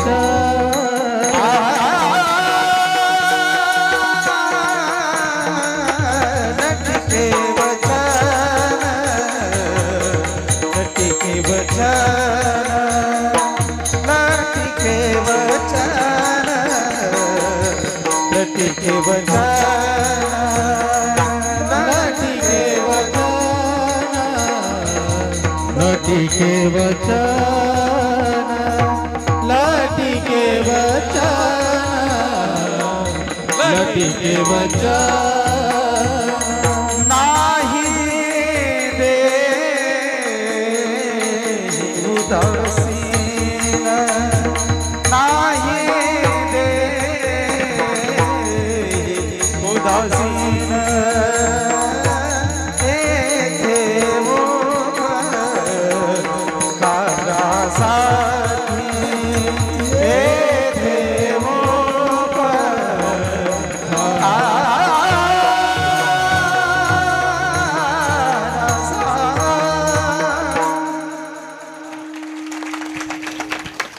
अभंगाच्या तिसऱ्या चरणामध्ये जगद्गुरु तुकोबाराय म्हणतात, उपकार करण्यासाठी आलेले जे संत आहेत ते इथं वर्तन करीत असताना, बोलत असताना खोटं बोलत नाही. मी सुरुवातीला सांगितलं, आमच्यासारखे महाराज बांधून फेटा मारितीन छाटा, संत खोटं बोलत नाही.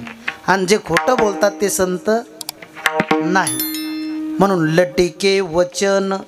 थोडासा या चरणाचा अर्थ लावित असताना थोडीशी गंमत आहे. गंमत म्हणजे कशी आहे ऐका.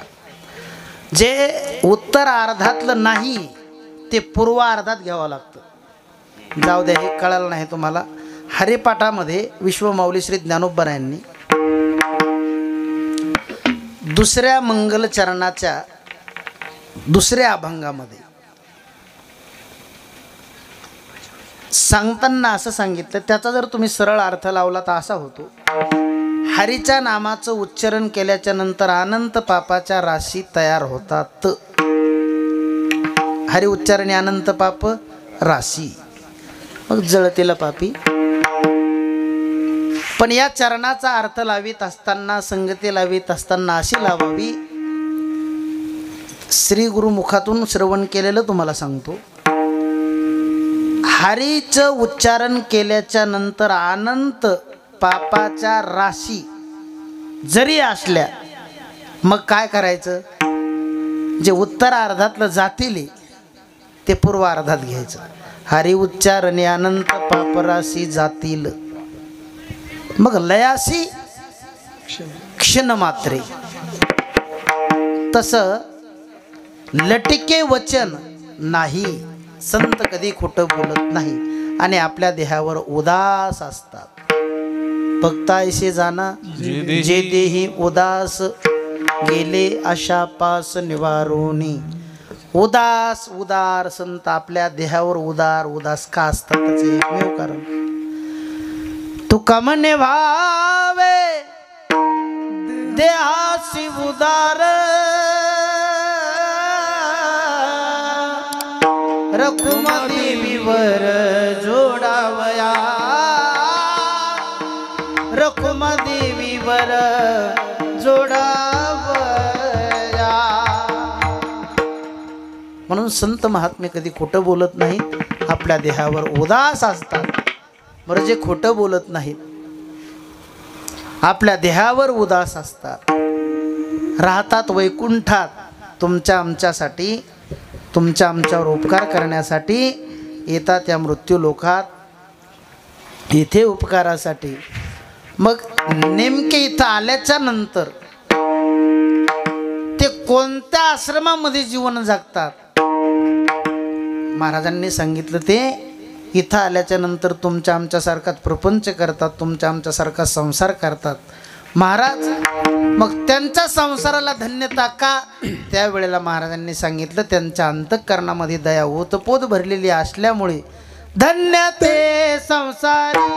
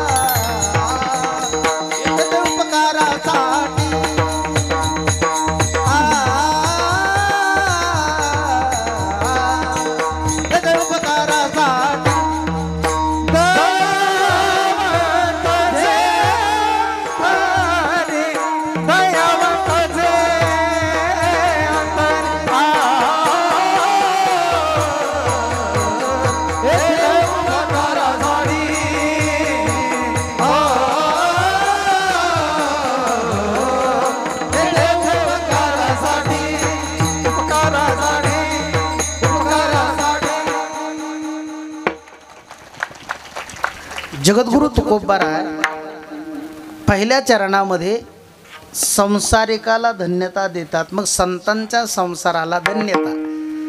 मुळात संसार या शब्दाचे दोन अर्थ आहेत.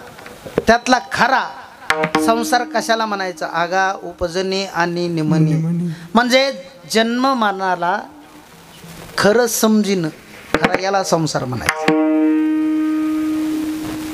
बरं, संत महात्म्यांच्या संसाराला धन्यता का? तर त्याचं एकमेव कारण मी तुम्हाला सांगून जाईल, ऐका. एकाच गोष्टीपासून आपल्याला दुःख आहे आणि त्याच गोष्टीपासून संतांना सुख आहे. ऐका, पुन्हा ऐका. याच संसारापासून संतांना सुख आहे आणि याच संसारापासून तुम्हा आम्हाला काय दुःख. वस्तू एकच आहे का नाही? मग एकाला दुःख आणि एकाला सुख होण्याचं काय कारण आहे? त्याचं उत्तर आहे का. एखादी बस आहे, बस एस टी, आणि एस टीमध्ये तो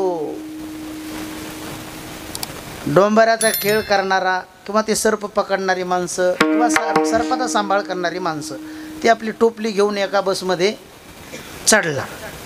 आणि चढल्याच्या नंतर प्रवाशाला त्यांनी सांगितलं, ऐका ऐका, आता मी तुमच्या समोर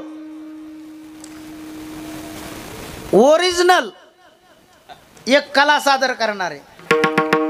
त्यानं घेतली ना ती टोपलीवरी अशी हातात घेतली आणि त्या टोपलीचं असं झाकण काढल्याबरोबर आतून बाबा आली बाहेर.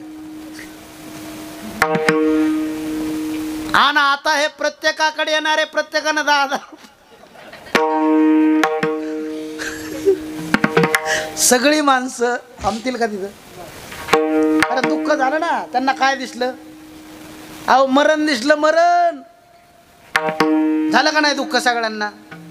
पण ऐका ना, बस मधल्या ड्रायव्हर कंडक्टर सहित सगळ्या प्रवाशांना दुःख झालं. कशाचं? सर्पाचं. पण तो जो डोंबारी होता त्याने तो सर्प असा हातात धरला. त्याला त्या सर्पापासून सुख झालं का दुःख झालं? मग त्या सर्पापासून त्या डोंबाऱ्याला सुख झालं आणि त्याच सर्पापासून तुम्हा आम्हाला. तसं संत महात्मे प्रपंचामध्ये जीवन जगत असताना वाळलेल्या नारळासारखं जीवन जगतात. म्हणजे खरं तर परमार्थ याच्यासाठी करावा, आपल्या चित्तातील प्रपंच ओसरण्यासाठी परमार्थ करावा. कारण प्रपंच, बाह्य प्रपंच आपल्याला दुःख देत नाही, तर चित्तामध्ये जो प्रपंच आहे तो आपल्याला दुःख देतोय. म्हणून महाराजांनी करुणा भाकली, प्रपंच ओसरो चित्त तुझे. आपण प्रपंच जसं एखादा पोपट आहे, एखादी नळी असती तारेमध्ये घातलेली, तो त्याच्यावर बसतो आणि मी नळी त्यावेळेला फिरते ना, त्यावेळेला त्याला असं वाटतं की मला या नळीनं पकडले. आता नळीनं पकडलं का पोपटाला? तो मुक्तच आहे, फक्त त्यानं काय करायला पाहिजे? सोडून द्यायला पाहिजे. बरोबर आहे का नाही? पण आपण प्रपंचामध्ये एवढे चिटकून आहेत. बरं, प्रपंचाचा अनुभव काय आपला?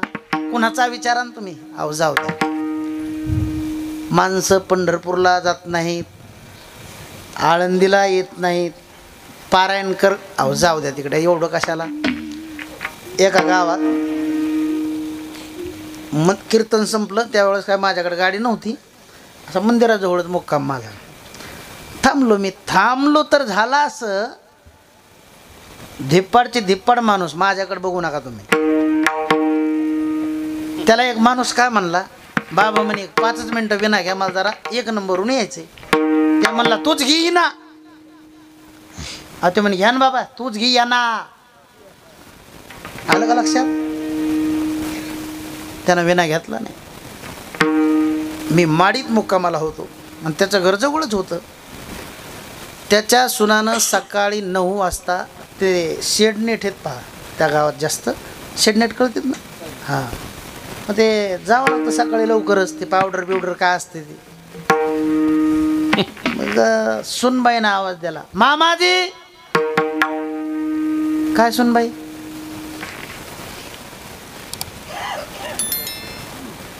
हे विना सांभाळा. विना कळाला का तुम्हाला? हे विना किती किलोचा आहे? फक्त 1 किलो, 1 ते 1.5 किलोचा. त्यानं 13 किलोचा विना जे सकाळी उचलला 9 वाजता. किती किलोचा विना कळाला ना तुम्हाला? पण म्हणजे नातू जे 13 किलोचा विना म्हाताऱ्यानं सकाळी उचलला तर 6 वाजताच खाली ठेवला. सांगा तुम्ही, ही 1.5 किलोचा विना घ्यायला इथं कंटाळा करतो आपण. आणि प्रपंचामध्ये 13 किलोचे नातू जे आपल्याला म्हणणार आहेत, बाबा तुम्हाला काही सुद्धा कळत नाही, त्याला माहीत नाही बा, हे बिगर कळायला तर झालं का सगळं? हे त्याच्यापर्यंत कळूनच झालं ना. पण ते सहज म्हणतात, बाबा तुम्हाला काही कळत नाही. खरं सांगू का तुम्हाला, विठाला विठाला, प्रपंचामध्ये माणसाची किंमत जसं जसं वय होईल तशी कमी होत जाते. आणि परमार्थामध्ये जशी जशी माणसाची वय मर्यादा वाढल तशी तशी किंमत वाढत जाते. पहा ना तुम्ही, इथला अण्णा सोडून, हां प्रत्येक गावात अण्णा आहेत पण इथला सोडून नाही, ते सोडून इथले सोडून. पण इमानदारीनं उद्या शिक्रापूर जवळ कीर्तन आहे, आज इथला अण्णा सोडून ये, पण तिथं गेलो की तुमच्याच गावातला धरून ये. आणू कुठून दुसरी? अण्णा विकत मिळतात का बाबा? नाही ना. आहे का? एखाद्याचं नाव अण्णा असतं आणि चिरबंदी वाडा, पहिल्या पायरीवर पाय ठेवला रे ठेवला अण्णानं. नात सून, सून मुलं नातवंड, अण्णा आले अण्णा आले अण्णा आले, शांत, सगळं घर शांत. स्तब्ध होतेत महाराज सगळे. कारण अण्णा कमवते असतं, सगळं आणून देते. अण्णाचं वय होतं, पायांना चालवत नाही, डोळ्यांना दिसत नाही, कानानं ऐकायला येत नाही. मग अण्णाची काठ सगळ्यात मागच्या खोलीत अंधाऱ्या. त्यावेळेला घरातले सोडा हो, इमानदारीनं शेजारीन सुद्धा म्हणती, शेजारीनं म्हणती मरण का मेला आणि याला कंटाळा येणे आम्हा. हे काय सारखं म्हातारं खोकलत राहतंय, मेले ना कंटाळा आणलाय. हे कोण म्हणतंय? शेजारी. आहो सख्खी बायको त्या अण्णाची काय म्हणती, हे आमचं गाढव, खर म्हणजे गाढव, हे आमचं गाढव लवकर काहून मराना. बाईल म्हणे खर मरता तरी बरे, नाशिले घर थुंकून या. हे आमचं थेरड का लवकर मरत नाही, हे गध गाढव लवकर का मरत नाही, यांना थुंकून थुंकून सगळं घर नाशिलं. हे कोण म्हणतं? बायको. जिच्यासाठी आपण घालीन लोटांगण पाहून पटांगण. याची टोपी त्याची टोपी त्याच्या डोक्यात, त्याची टोपी त्याच्या डोक्यात, त्याची टोपी, आणि एक दिवस सगळ्या टोप्या आपल्याच डोक्यात. आणि मग त्या अण्णा डोळ्यानं दिसत नाही, मग त्या जाग्यावर बसल्या बसल्या म्हणतं काय माहिती आहे का, देखत होतो आजी मागे पुढे संत महाराज. हे ज्याचे इंद्रिय मावळे त्याला असा नाद उग पाराव. तुम्ही का पाय का बाबा, आता तुम्हाला ऐकायचं योग नाही पण आम्हाला आहे हो. एक म्हातारं पहा, मला सांगू लागलं म्हणे, महाराज त्या गावात कथा चालू होती माझी बाबा. आता मला काय काम नाही, कथा संपल्यावर मी काय म्हणजे आरामच ना. मोसंब्याच्या बागात त्या आपलं तिथं ते गादी टाकलेली बा आराम. ते म्हातारं मला सांगायचं, बरं का माऊली महाराज. म्हणलं बोला ना बाबा. ही पलीकडी पट्टी आहे ना, ते ओढ दिसते ना तुम्हाला, 20 ते 25 खांड्या शाळू व्हायची. बर, पण मी जर राखण असलो तर वड्याच्या अलीकडे चोरायला यायला भाग पडत नव्हतं. एवढं भेट होते आणि एवढा दरारा होता. कर्मधर्म सहयोगानं एक टाइम उपवास सोडावा लागतो ना कथेचा. नेमकी त्याच्याच घरावर बारी आली आणि मी नेमका म्हातारीजवळच जाऊन बसलो. मी मोठ्या माणसाला सरासरी पाया पडूच देत नाही, कारण आमचे पाय का लय चांगले आहेत का, चांगले असते एवढे बोंबलत फिरलो असतो का आम्ही. पण आहे का आमच्या पायानं आमचंच चांगलं नाही, तुमचं कधी होणार आहे का.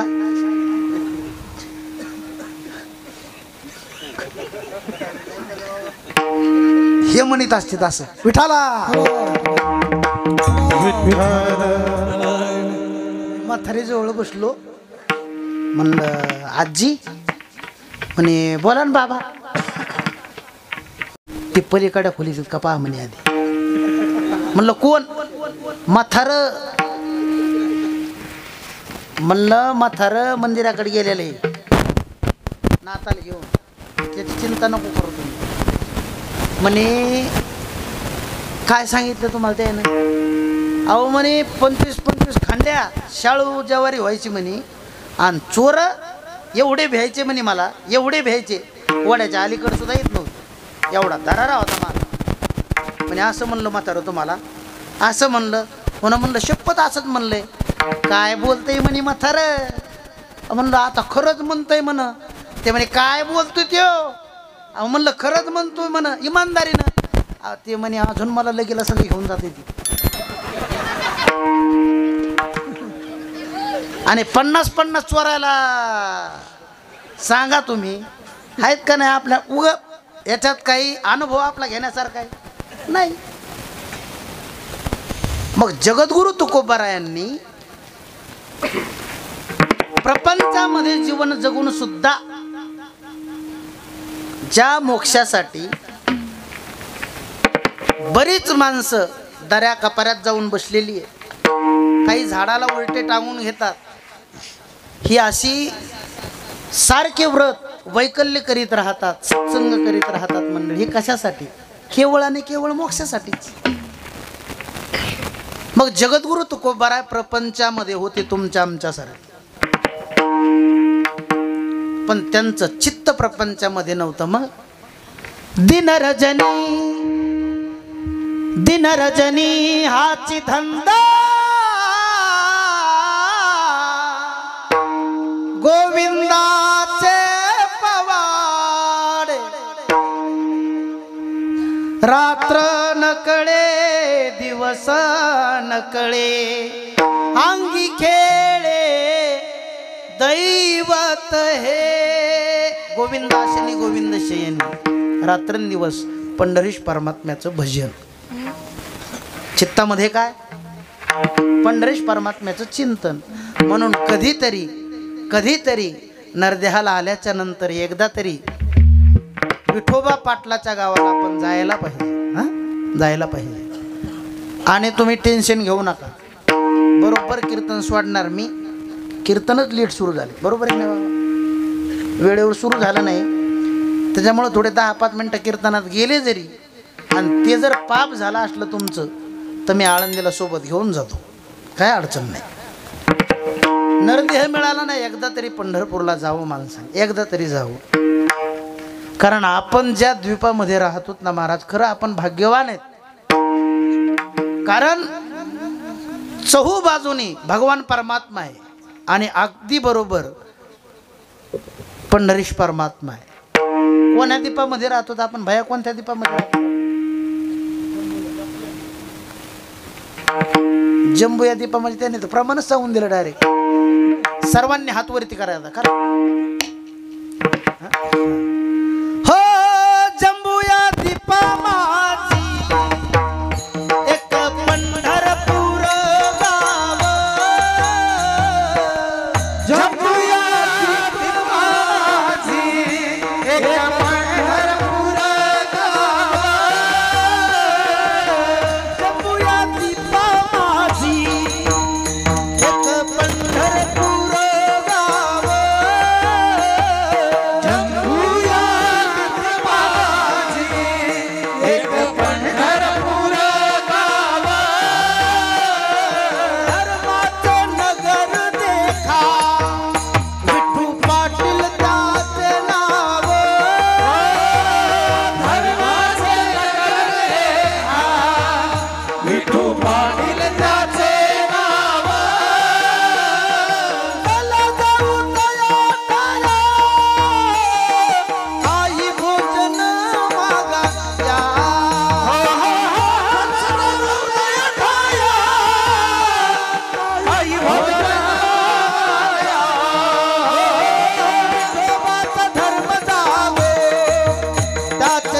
चरणी लक्ष लागो विठोबाचा धर्म जागो त्याच चरणी लक्ष लागो विठोबाचा धर्म जागो त्याच चरणी लक्ष लागो विठोबाचा धर्म जागो त्याच चरणी लक्ष लागो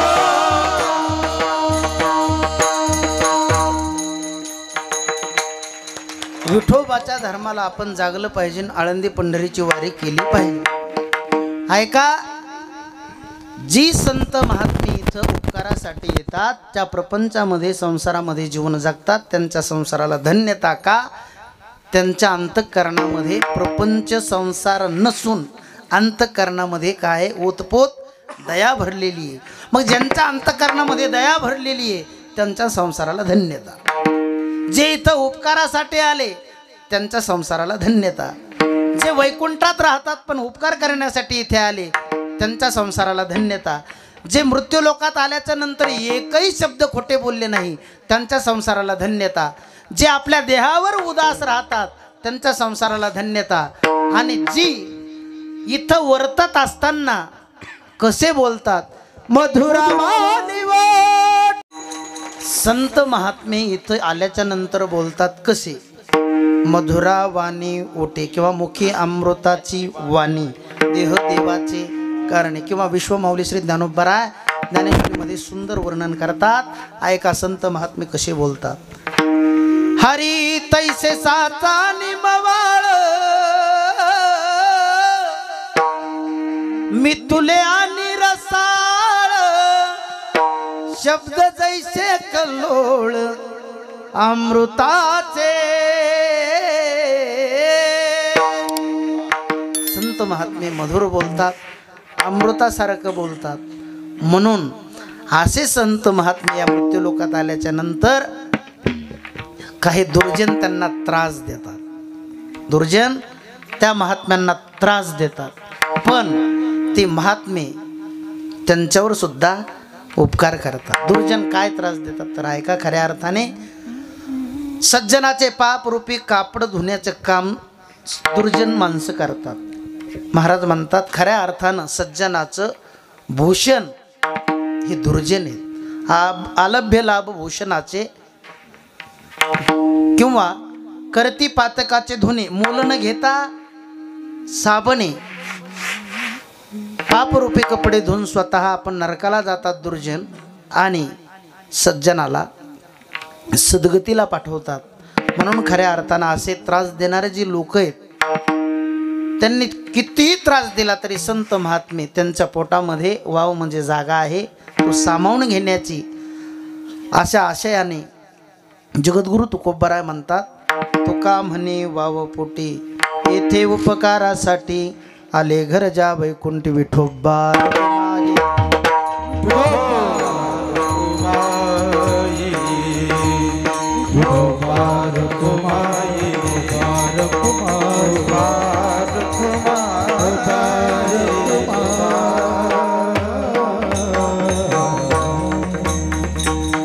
या अभंगाचा असाच अर्थ असेल असा काही माझा दावा नाही पण असाच नसल असंही नाही.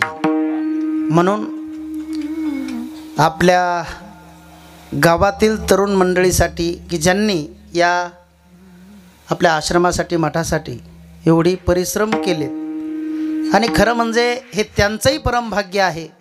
पण हट्ट करीत असताना या सेवेचा करावा या मठाच्या सेवेचा करावा. प्रापंचिक हट्ट प्रभू रामचंद्राने केला. सीतामाईनं सांगितलं जा स्वामी सुवर्णाचा हरिण आहे त्याची कातडीची चोळी मला शिवायची. जगाचा बाप त्या हरणाच्या पाठीमागं धावला. ते हरिण होतं का? मला एवढं सांगायचं स्त्री हट्ट पुरवण्यासाठी प्रभू रामचंद्रजी गेले. स्त्री हट्ट पूर्ण झाला नाही. उलट जिचा हट्ट पूर्ण करायचा होता ती रावण घेऊन गेला. प्रपंचातला हट्ट पूर्ण होत नाही पण परमार्थातला झाल्याशिवाय राहत नाही. आणि तो हट्ट आपल्या गावातील काही तरुणांनी केला. तो हट्ट पूर्णत्वाला गेला जाणार नाही गेला.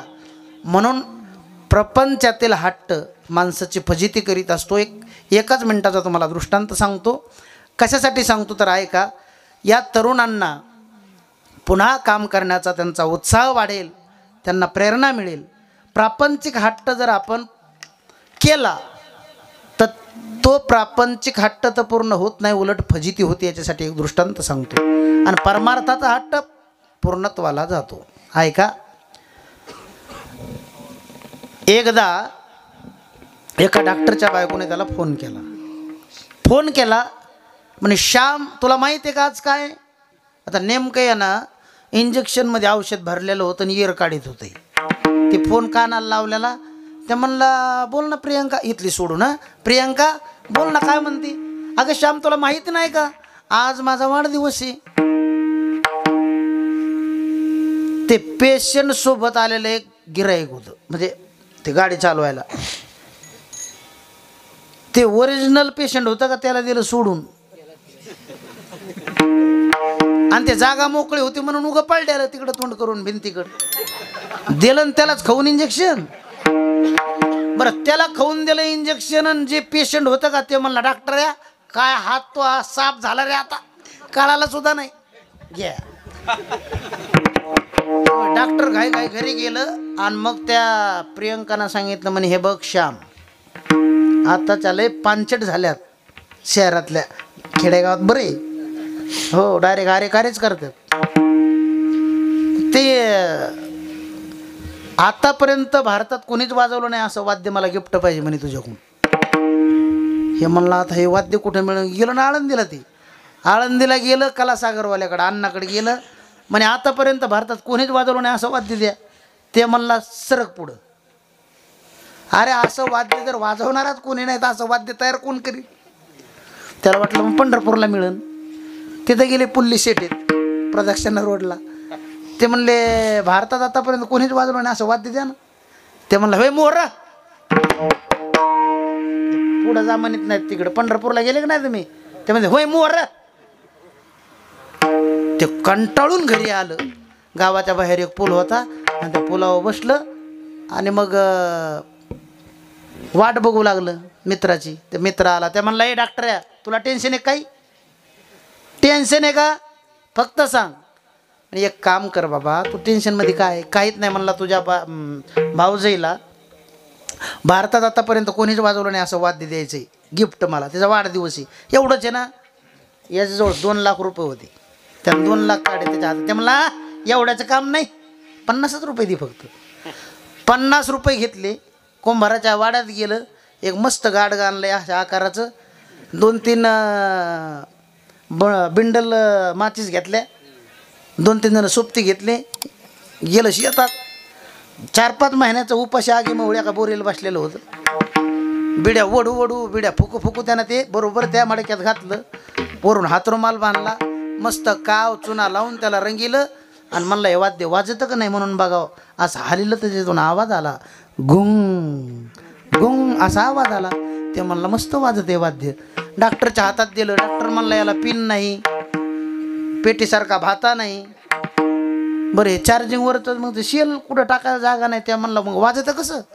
काहीच नाही म्हणे, फक्त असं एकदा हालिलं की त्याच्यातून ऑटोमॅटिक आवाज येतो. मग त्यांना असं हलून बघितलं म्हणे. पुन्हा आवाज आला.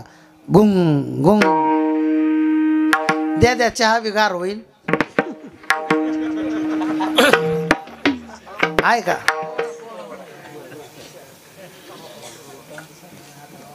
ऐका एवढा दृष्टांत ऐका लक्ष देऊन. ते वाद्य दिलं ना मग त्या प्रियंकाला श्यामने. घे. ते प्रियंका आता भजनी मंडळ सगळं ते अध्यक्षच होती म्हण. भजनी मंडळ मोठा वाडा. ते श्याम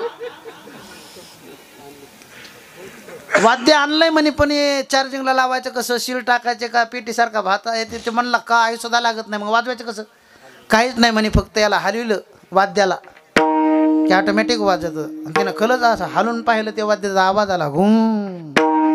कारण उपवाशी माश्या आत 4-5 महिन्याच्या त्या का लई सोयी ना. त्या पंखाला पंखा घासून त्याचा आवाज यायचा. घुम घुम असा आवाज यायचा ना. मग वकिलीन बाई म्हणली, बाई किती सुंदर वाद्य गिफ्ट दिले डॉक्टरीन बाईला. मग या वाद्याच्या उद्घाटनासाठी आपण आमदारीन बाईला मग आमदारीन बाईल बोलिलं, उपसरपंचीन बाईल बोलिलं, सरपंचीन बाईला, वकिलीन बाईला, तलाटीन बाईला, कोलाटीन बाई, कोलाटी बाई नसते, नसते का नसती, ह्या सगळ्यांना बोलिलं. आणि मग आमदारीन बाईच्या हातात पंचपाळ करंट ते दिलं. वाद्याला असं मस्त सुंदरपैकी वस्त्र टाकलं, चुंबळ केली, त्याच्यावरती वाद्य ठेवलं.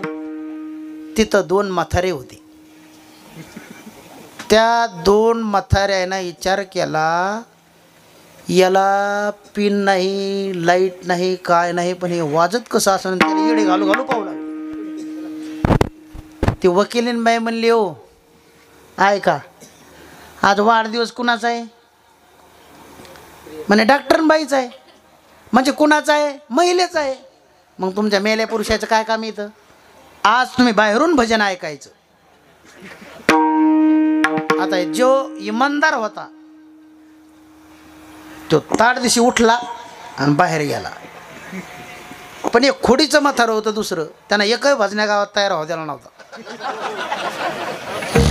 तरुण पोरग भजनात टाळ घेऊन बसलं की म्हणे, त्याला वाजता येत नाही. इमानदारीने त्या पोरानं सांगितलं, भजनाचं नाव आणि नाव सुद्धा घेणार नाही. म्हणून पोर परमार्थात कमी आहेत महाराज. हे लय शोकांतिक आहे. ते खोडीचं म्हातारं ते पुन्हा येडे आणू लागलं त्या वाद्याला. मग ते जात असताना वकिलीनबाई म्हणल्या, जावान बाहेर म्हणे, आता बाहेरून आहे का आमचं महिलांचं भजन? शास्त्रीय गात होतं आम्ही पण.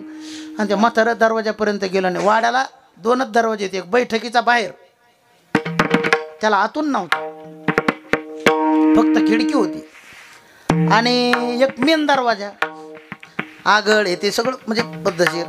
मग हे खोडीचं म्हातारं दरवाजेत एक पाय आणि मागं एक पाय.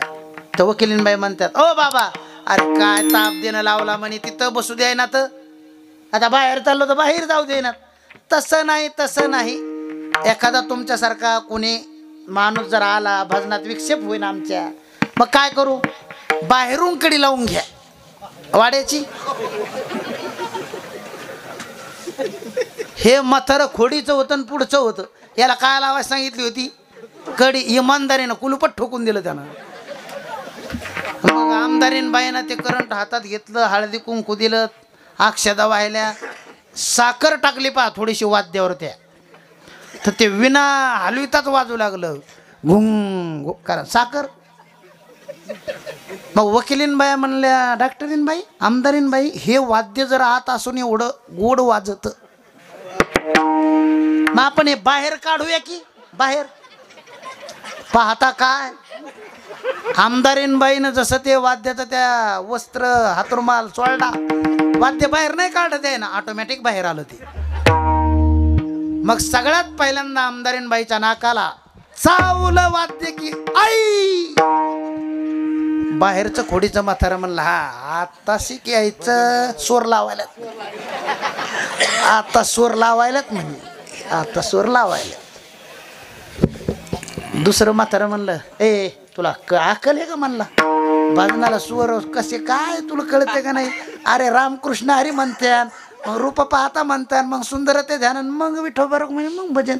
तुला अक्कल आहे का म्हणे? तसं काय राहिले? पहिल्या कशा होत्या अशा, माझ्याकडे बघू नका, त्या माझ्यापेक्षा 4 पटीन झाल्या, सुजले त्या. मग हे म्हातारं काय म्हणतंय, आत्ता ध्यानात आलं रामभाऊ, यायला गवळणीपासून सुरुवात करायची. खोडीचं मत, हा तेच म्हणालो मी, त्या कुठं बी सुरू करतात. काय म्हणत असते रे, काय म्हणतात म्हणजे आता आई म्हणाल्यात म्हणल्यावर, आई गाय नाही खाल्ले की मी माती गवळण म्हणायची, त्याला आता गवळण म्हणायची. योग असा, ह्या माश्या चावून चावून परेशान झाल्या सगळ्या. यांचे नवरे ह्या काय येईनात म्हणून आले, तर वाड्याला कुलूप, आतून आवाज फक्त एकच यायचा, आई आई. बरं आता ते कसं तरी त्यांनी एक फाळी काढून घेतली आणि आत प्रवेश केला, तर कोण कोणाची बायको हे वाळखू यायला तयार नाही. मग जेव्हा त्या आपण आपल्या घरी गेल्या, तेव्हा यांनी समजून घेतलं की ही आपलीच मंडळी. आता राहिली डॉक्टरीन बाई, मग त्याला ऑपरेशन होतं एक श्यामला, ते आपलं उशिरा आलं, बैठकीत बसलं आणि तिकडून आवाज दिला, प्रियंका ग्लास भरून पाणी घेऊन ये. आता पाणी घेऊन येत याची बहीण एक जाड होती. ही नेहमी हिनं कधीच पदर डोक्यावर घेतला नाही. तुम्ही आता घेऊ नका, ऐका फक्त. तिनं पदर कधीच डोक्यावर घेतला नाही.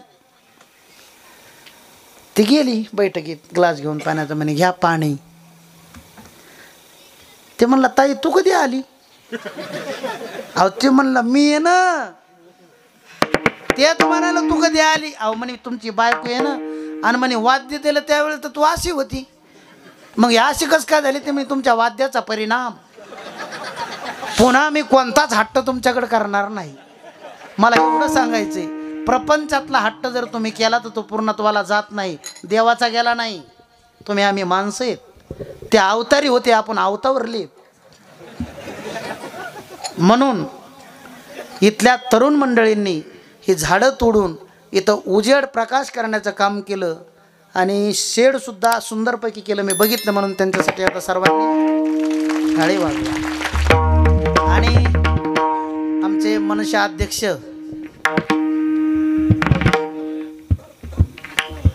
कृष्णा भैया सोळंके, त्यांची इच्छा आहे पवाडा, पण आता फार उशीर झाला आहे,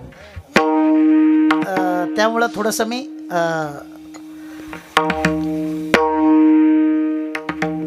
हो ऐका, तिकडे तिकडे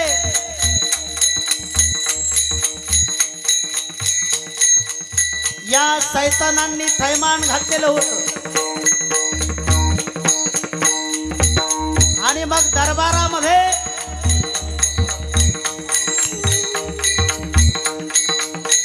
आली आदिलशहाची आई. तिने पैजेचा विडा मांडला. तो त्याच शिवबाला जिवंत किंवा मारून माझ्या समोर आली, त्याला मी अर्ध राज्य देईन. आणि मग पाहता पाहता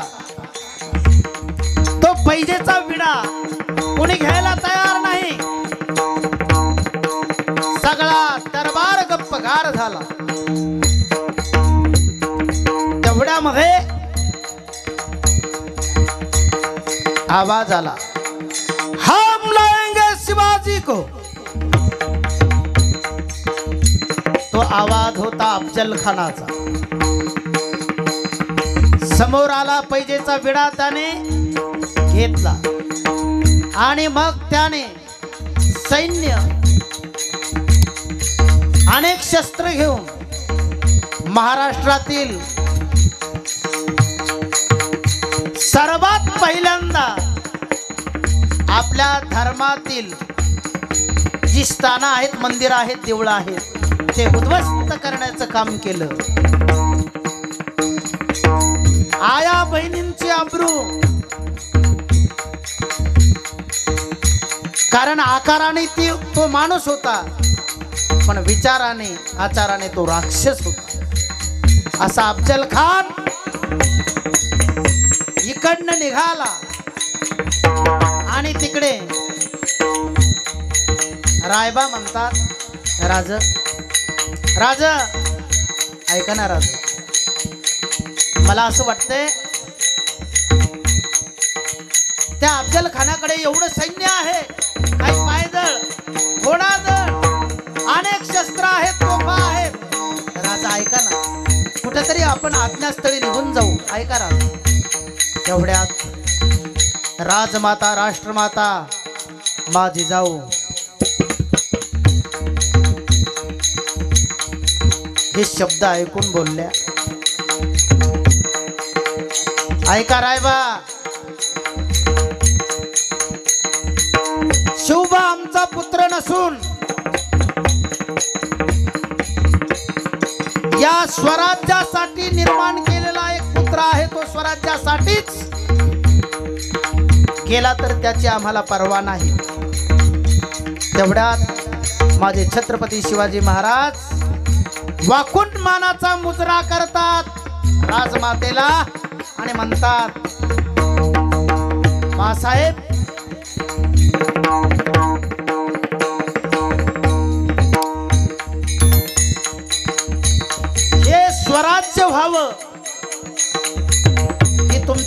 आहे ना,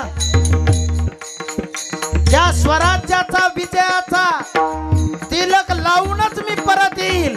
म्हणून आज्ञा होती माझी जावंची, आज्ञा होती माझी जावंची, आज्ञा होती माझी जाऊची, आज्ञा होती माझी जाऊची. शपथ घेतली स्वराज्याची, शपथ घेतली स्वराज्याची, शपथ घेतली स्वराज्याची, शपथ घेतली स्वराज्याची. जनकल्याणाची शिकवण जगद्गुरु तुकोबाची, जगद्गुरु तुकोबाची, जगद्गुरु तुकोबाची, जगद्गुरु तुकोबाची. तोरण बांधील स्वराज्याचे तोरण गडाला, बांधील स्वराज्याचे तोरण गडाला. तो बापाचा बाप वाघ शिवबा जन्मला, तो बापाचा बाप वाघ शिवबा जन्मला. ओ बापाचा बापा जन्मला, ओ बापाचा बापा राजशोभा जन्मला.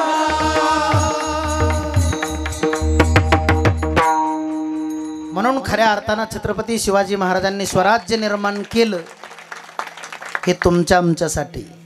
म्हणून छत्रपती शिवाजी महाराज झाले नसते तर नसता राहायला हो इथं मंडप, नसते आपण असे बसलेलो, आपण केले असते हातावरी आणि बसलो असतो गुडघ्यावर. म्हणून आज्ञा होती माझी जाऊची, शपथ घेतली स्वराज्याची, जनकल्याणाची शिकवण जगद्गुरु तुकोबाची. म्हणून एक दोन वाक्य घरी घेऊन जा. ऐका, जगाच्या पाठीवर एक राजा असा होऊन गेला, सगळी माणसं त्यांना महाराज म्हणतात. आणि या जगाच्या पाठीवर असे एक महाराज होऊन गेले, सगळं जग सगळी माणसं त्यांना राजे म्हणतात. ऐका गड्या, माझे छत्रपती शिवाजी महाराज राजे आहेत, पण आपण सगळी जण त्यांना महाराज म्हणतो. आणि माझे विश्वमाऊली श्री ज्ञानोबाराय महाराज आहेत, पण आपण त्यांना राजे म्हणतो. म्हणून या जगाच्या पाठीवर एकच राजा असा जन्माला आलाय की प्रत्येकाच्या अंतःकरणात त्याचं नाव कोरले गेलेलं आहे. म्हणून मी नेहमी सांगत असतो, अरे या जगात असं गाव नाही, या जगात असं गाव नाही तिथं माझ्या छत्रपती शिवाजी महाराजांचं नाव नाही. एकच राजा इथे जन्मला, एकच राजा इथे जन्मला, शिवनेरी किल्ल्यावर, शिवनेरी किल्ल्यावर, किल्ल्यावर. माझ्या राजाचं देवाचं शिवरायाचं नाव गाजतंय गड किल्ल्याच्या दगडावर, शिवरायाचं नाव गाजतंय गड किल्ल्याच्या दगडावर. राजाचं नाव गाजतंय,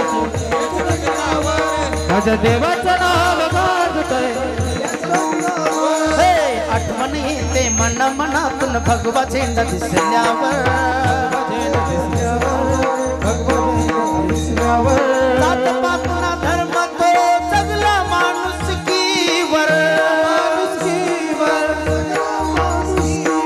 पुन्हा जन्म घ्या अशी इच्छा, पुन्हा जन्म घ्या अशी इच्छा हृदयावर, हृदयावर. राजाचं देवाचं, राजाचं देवाचं, राजाचं नाव गाजतंय गड किल्ल्याच्या दगडावर, शिवरायाचं नाव गाजतंय गड किल्ल्याच्या दगडावर. माझ्या राजाचं नाव गाजतंय दगडावर, शिवाचं नाव गाजतंय दगडावर. ज्ञानेश्वर माऊली, ज्ञानराज माऊली तुकाराम, ज्ञानेश्वर माऊली, ज्ञानराज माऊली तुकाराम. झालेली सेवा अखिल कोटी ब्रह्मांड नायका पांडुरंग परमात्म्याच्या चरणी समर्पित करतो. श्री संत ब्रह्मलीन ब्रह्मतेज गंगा भारती बाबा, स्वानंद सुखनिवासी बाळानंद बाबा, स्वानंद सुखनिवासी ब्रह्मलीन दयानंद महाराज आणि प्रातस्मरणीय गुरुवर्य राधेश्याम बाबा यांच्या चरणी समर्पित करतो. सर्व गुरुवर्यांच्या चरणी समर्पित करतो. फक्त एक अर्धा मिनिट सर्वांनी एक भजन करा, त्यानंतर बाबा सूचना देतील ना, बरोबर ना? आणि त्यानंतर आपण थांबूया. सर्वांनी हात वरती करा. विठ्ठल विठ्ठल माझा माझा माझा माझा माझा विठ्ठल माझा मी विठ्ठलाचा माझा माझा माझा माझा माझा विठ्ठल माझा मी विठ्ठलाचा विठ्ठल माझा मी विठ्ठलाचा विठ्ठल माझा मी विठ्ठलाचा विठ्ठल माझा मी विठ्ठलाचा विठ्ठल माझा मी विठ्ठलाचा हरि ओम नमः शिवाय हरि ओम नमः शिवाय हरि ओम नमः शिवाय हरि ओम नमः शिवाय हरि ओम नमः शिवाय हरि ओम नमः शिवाय हरि ओम नमः शिवाय तुलेले हरि का नाम विठ्ठल पांडुरंगा तुलेले हरि का नाम विठ्ठल पांडुरंगा तुलेले हरि का नाम विठ्ठल पांडुरंगा तुलेले हरि का नाम विठ्ठल पांडुरंगा पांडुरंग पांडुरंग पांडुरंग पांडुरंग पांडुरंग पांडुरंग पांडुरंग पांडुरंग पांडुरंग पांडुरंग पांडुरंग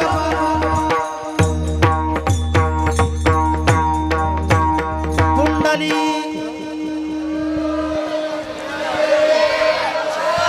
पंढरीनाथ माऊली ज्ञानेश्वर जगद्गुरु तुकाराम महाराज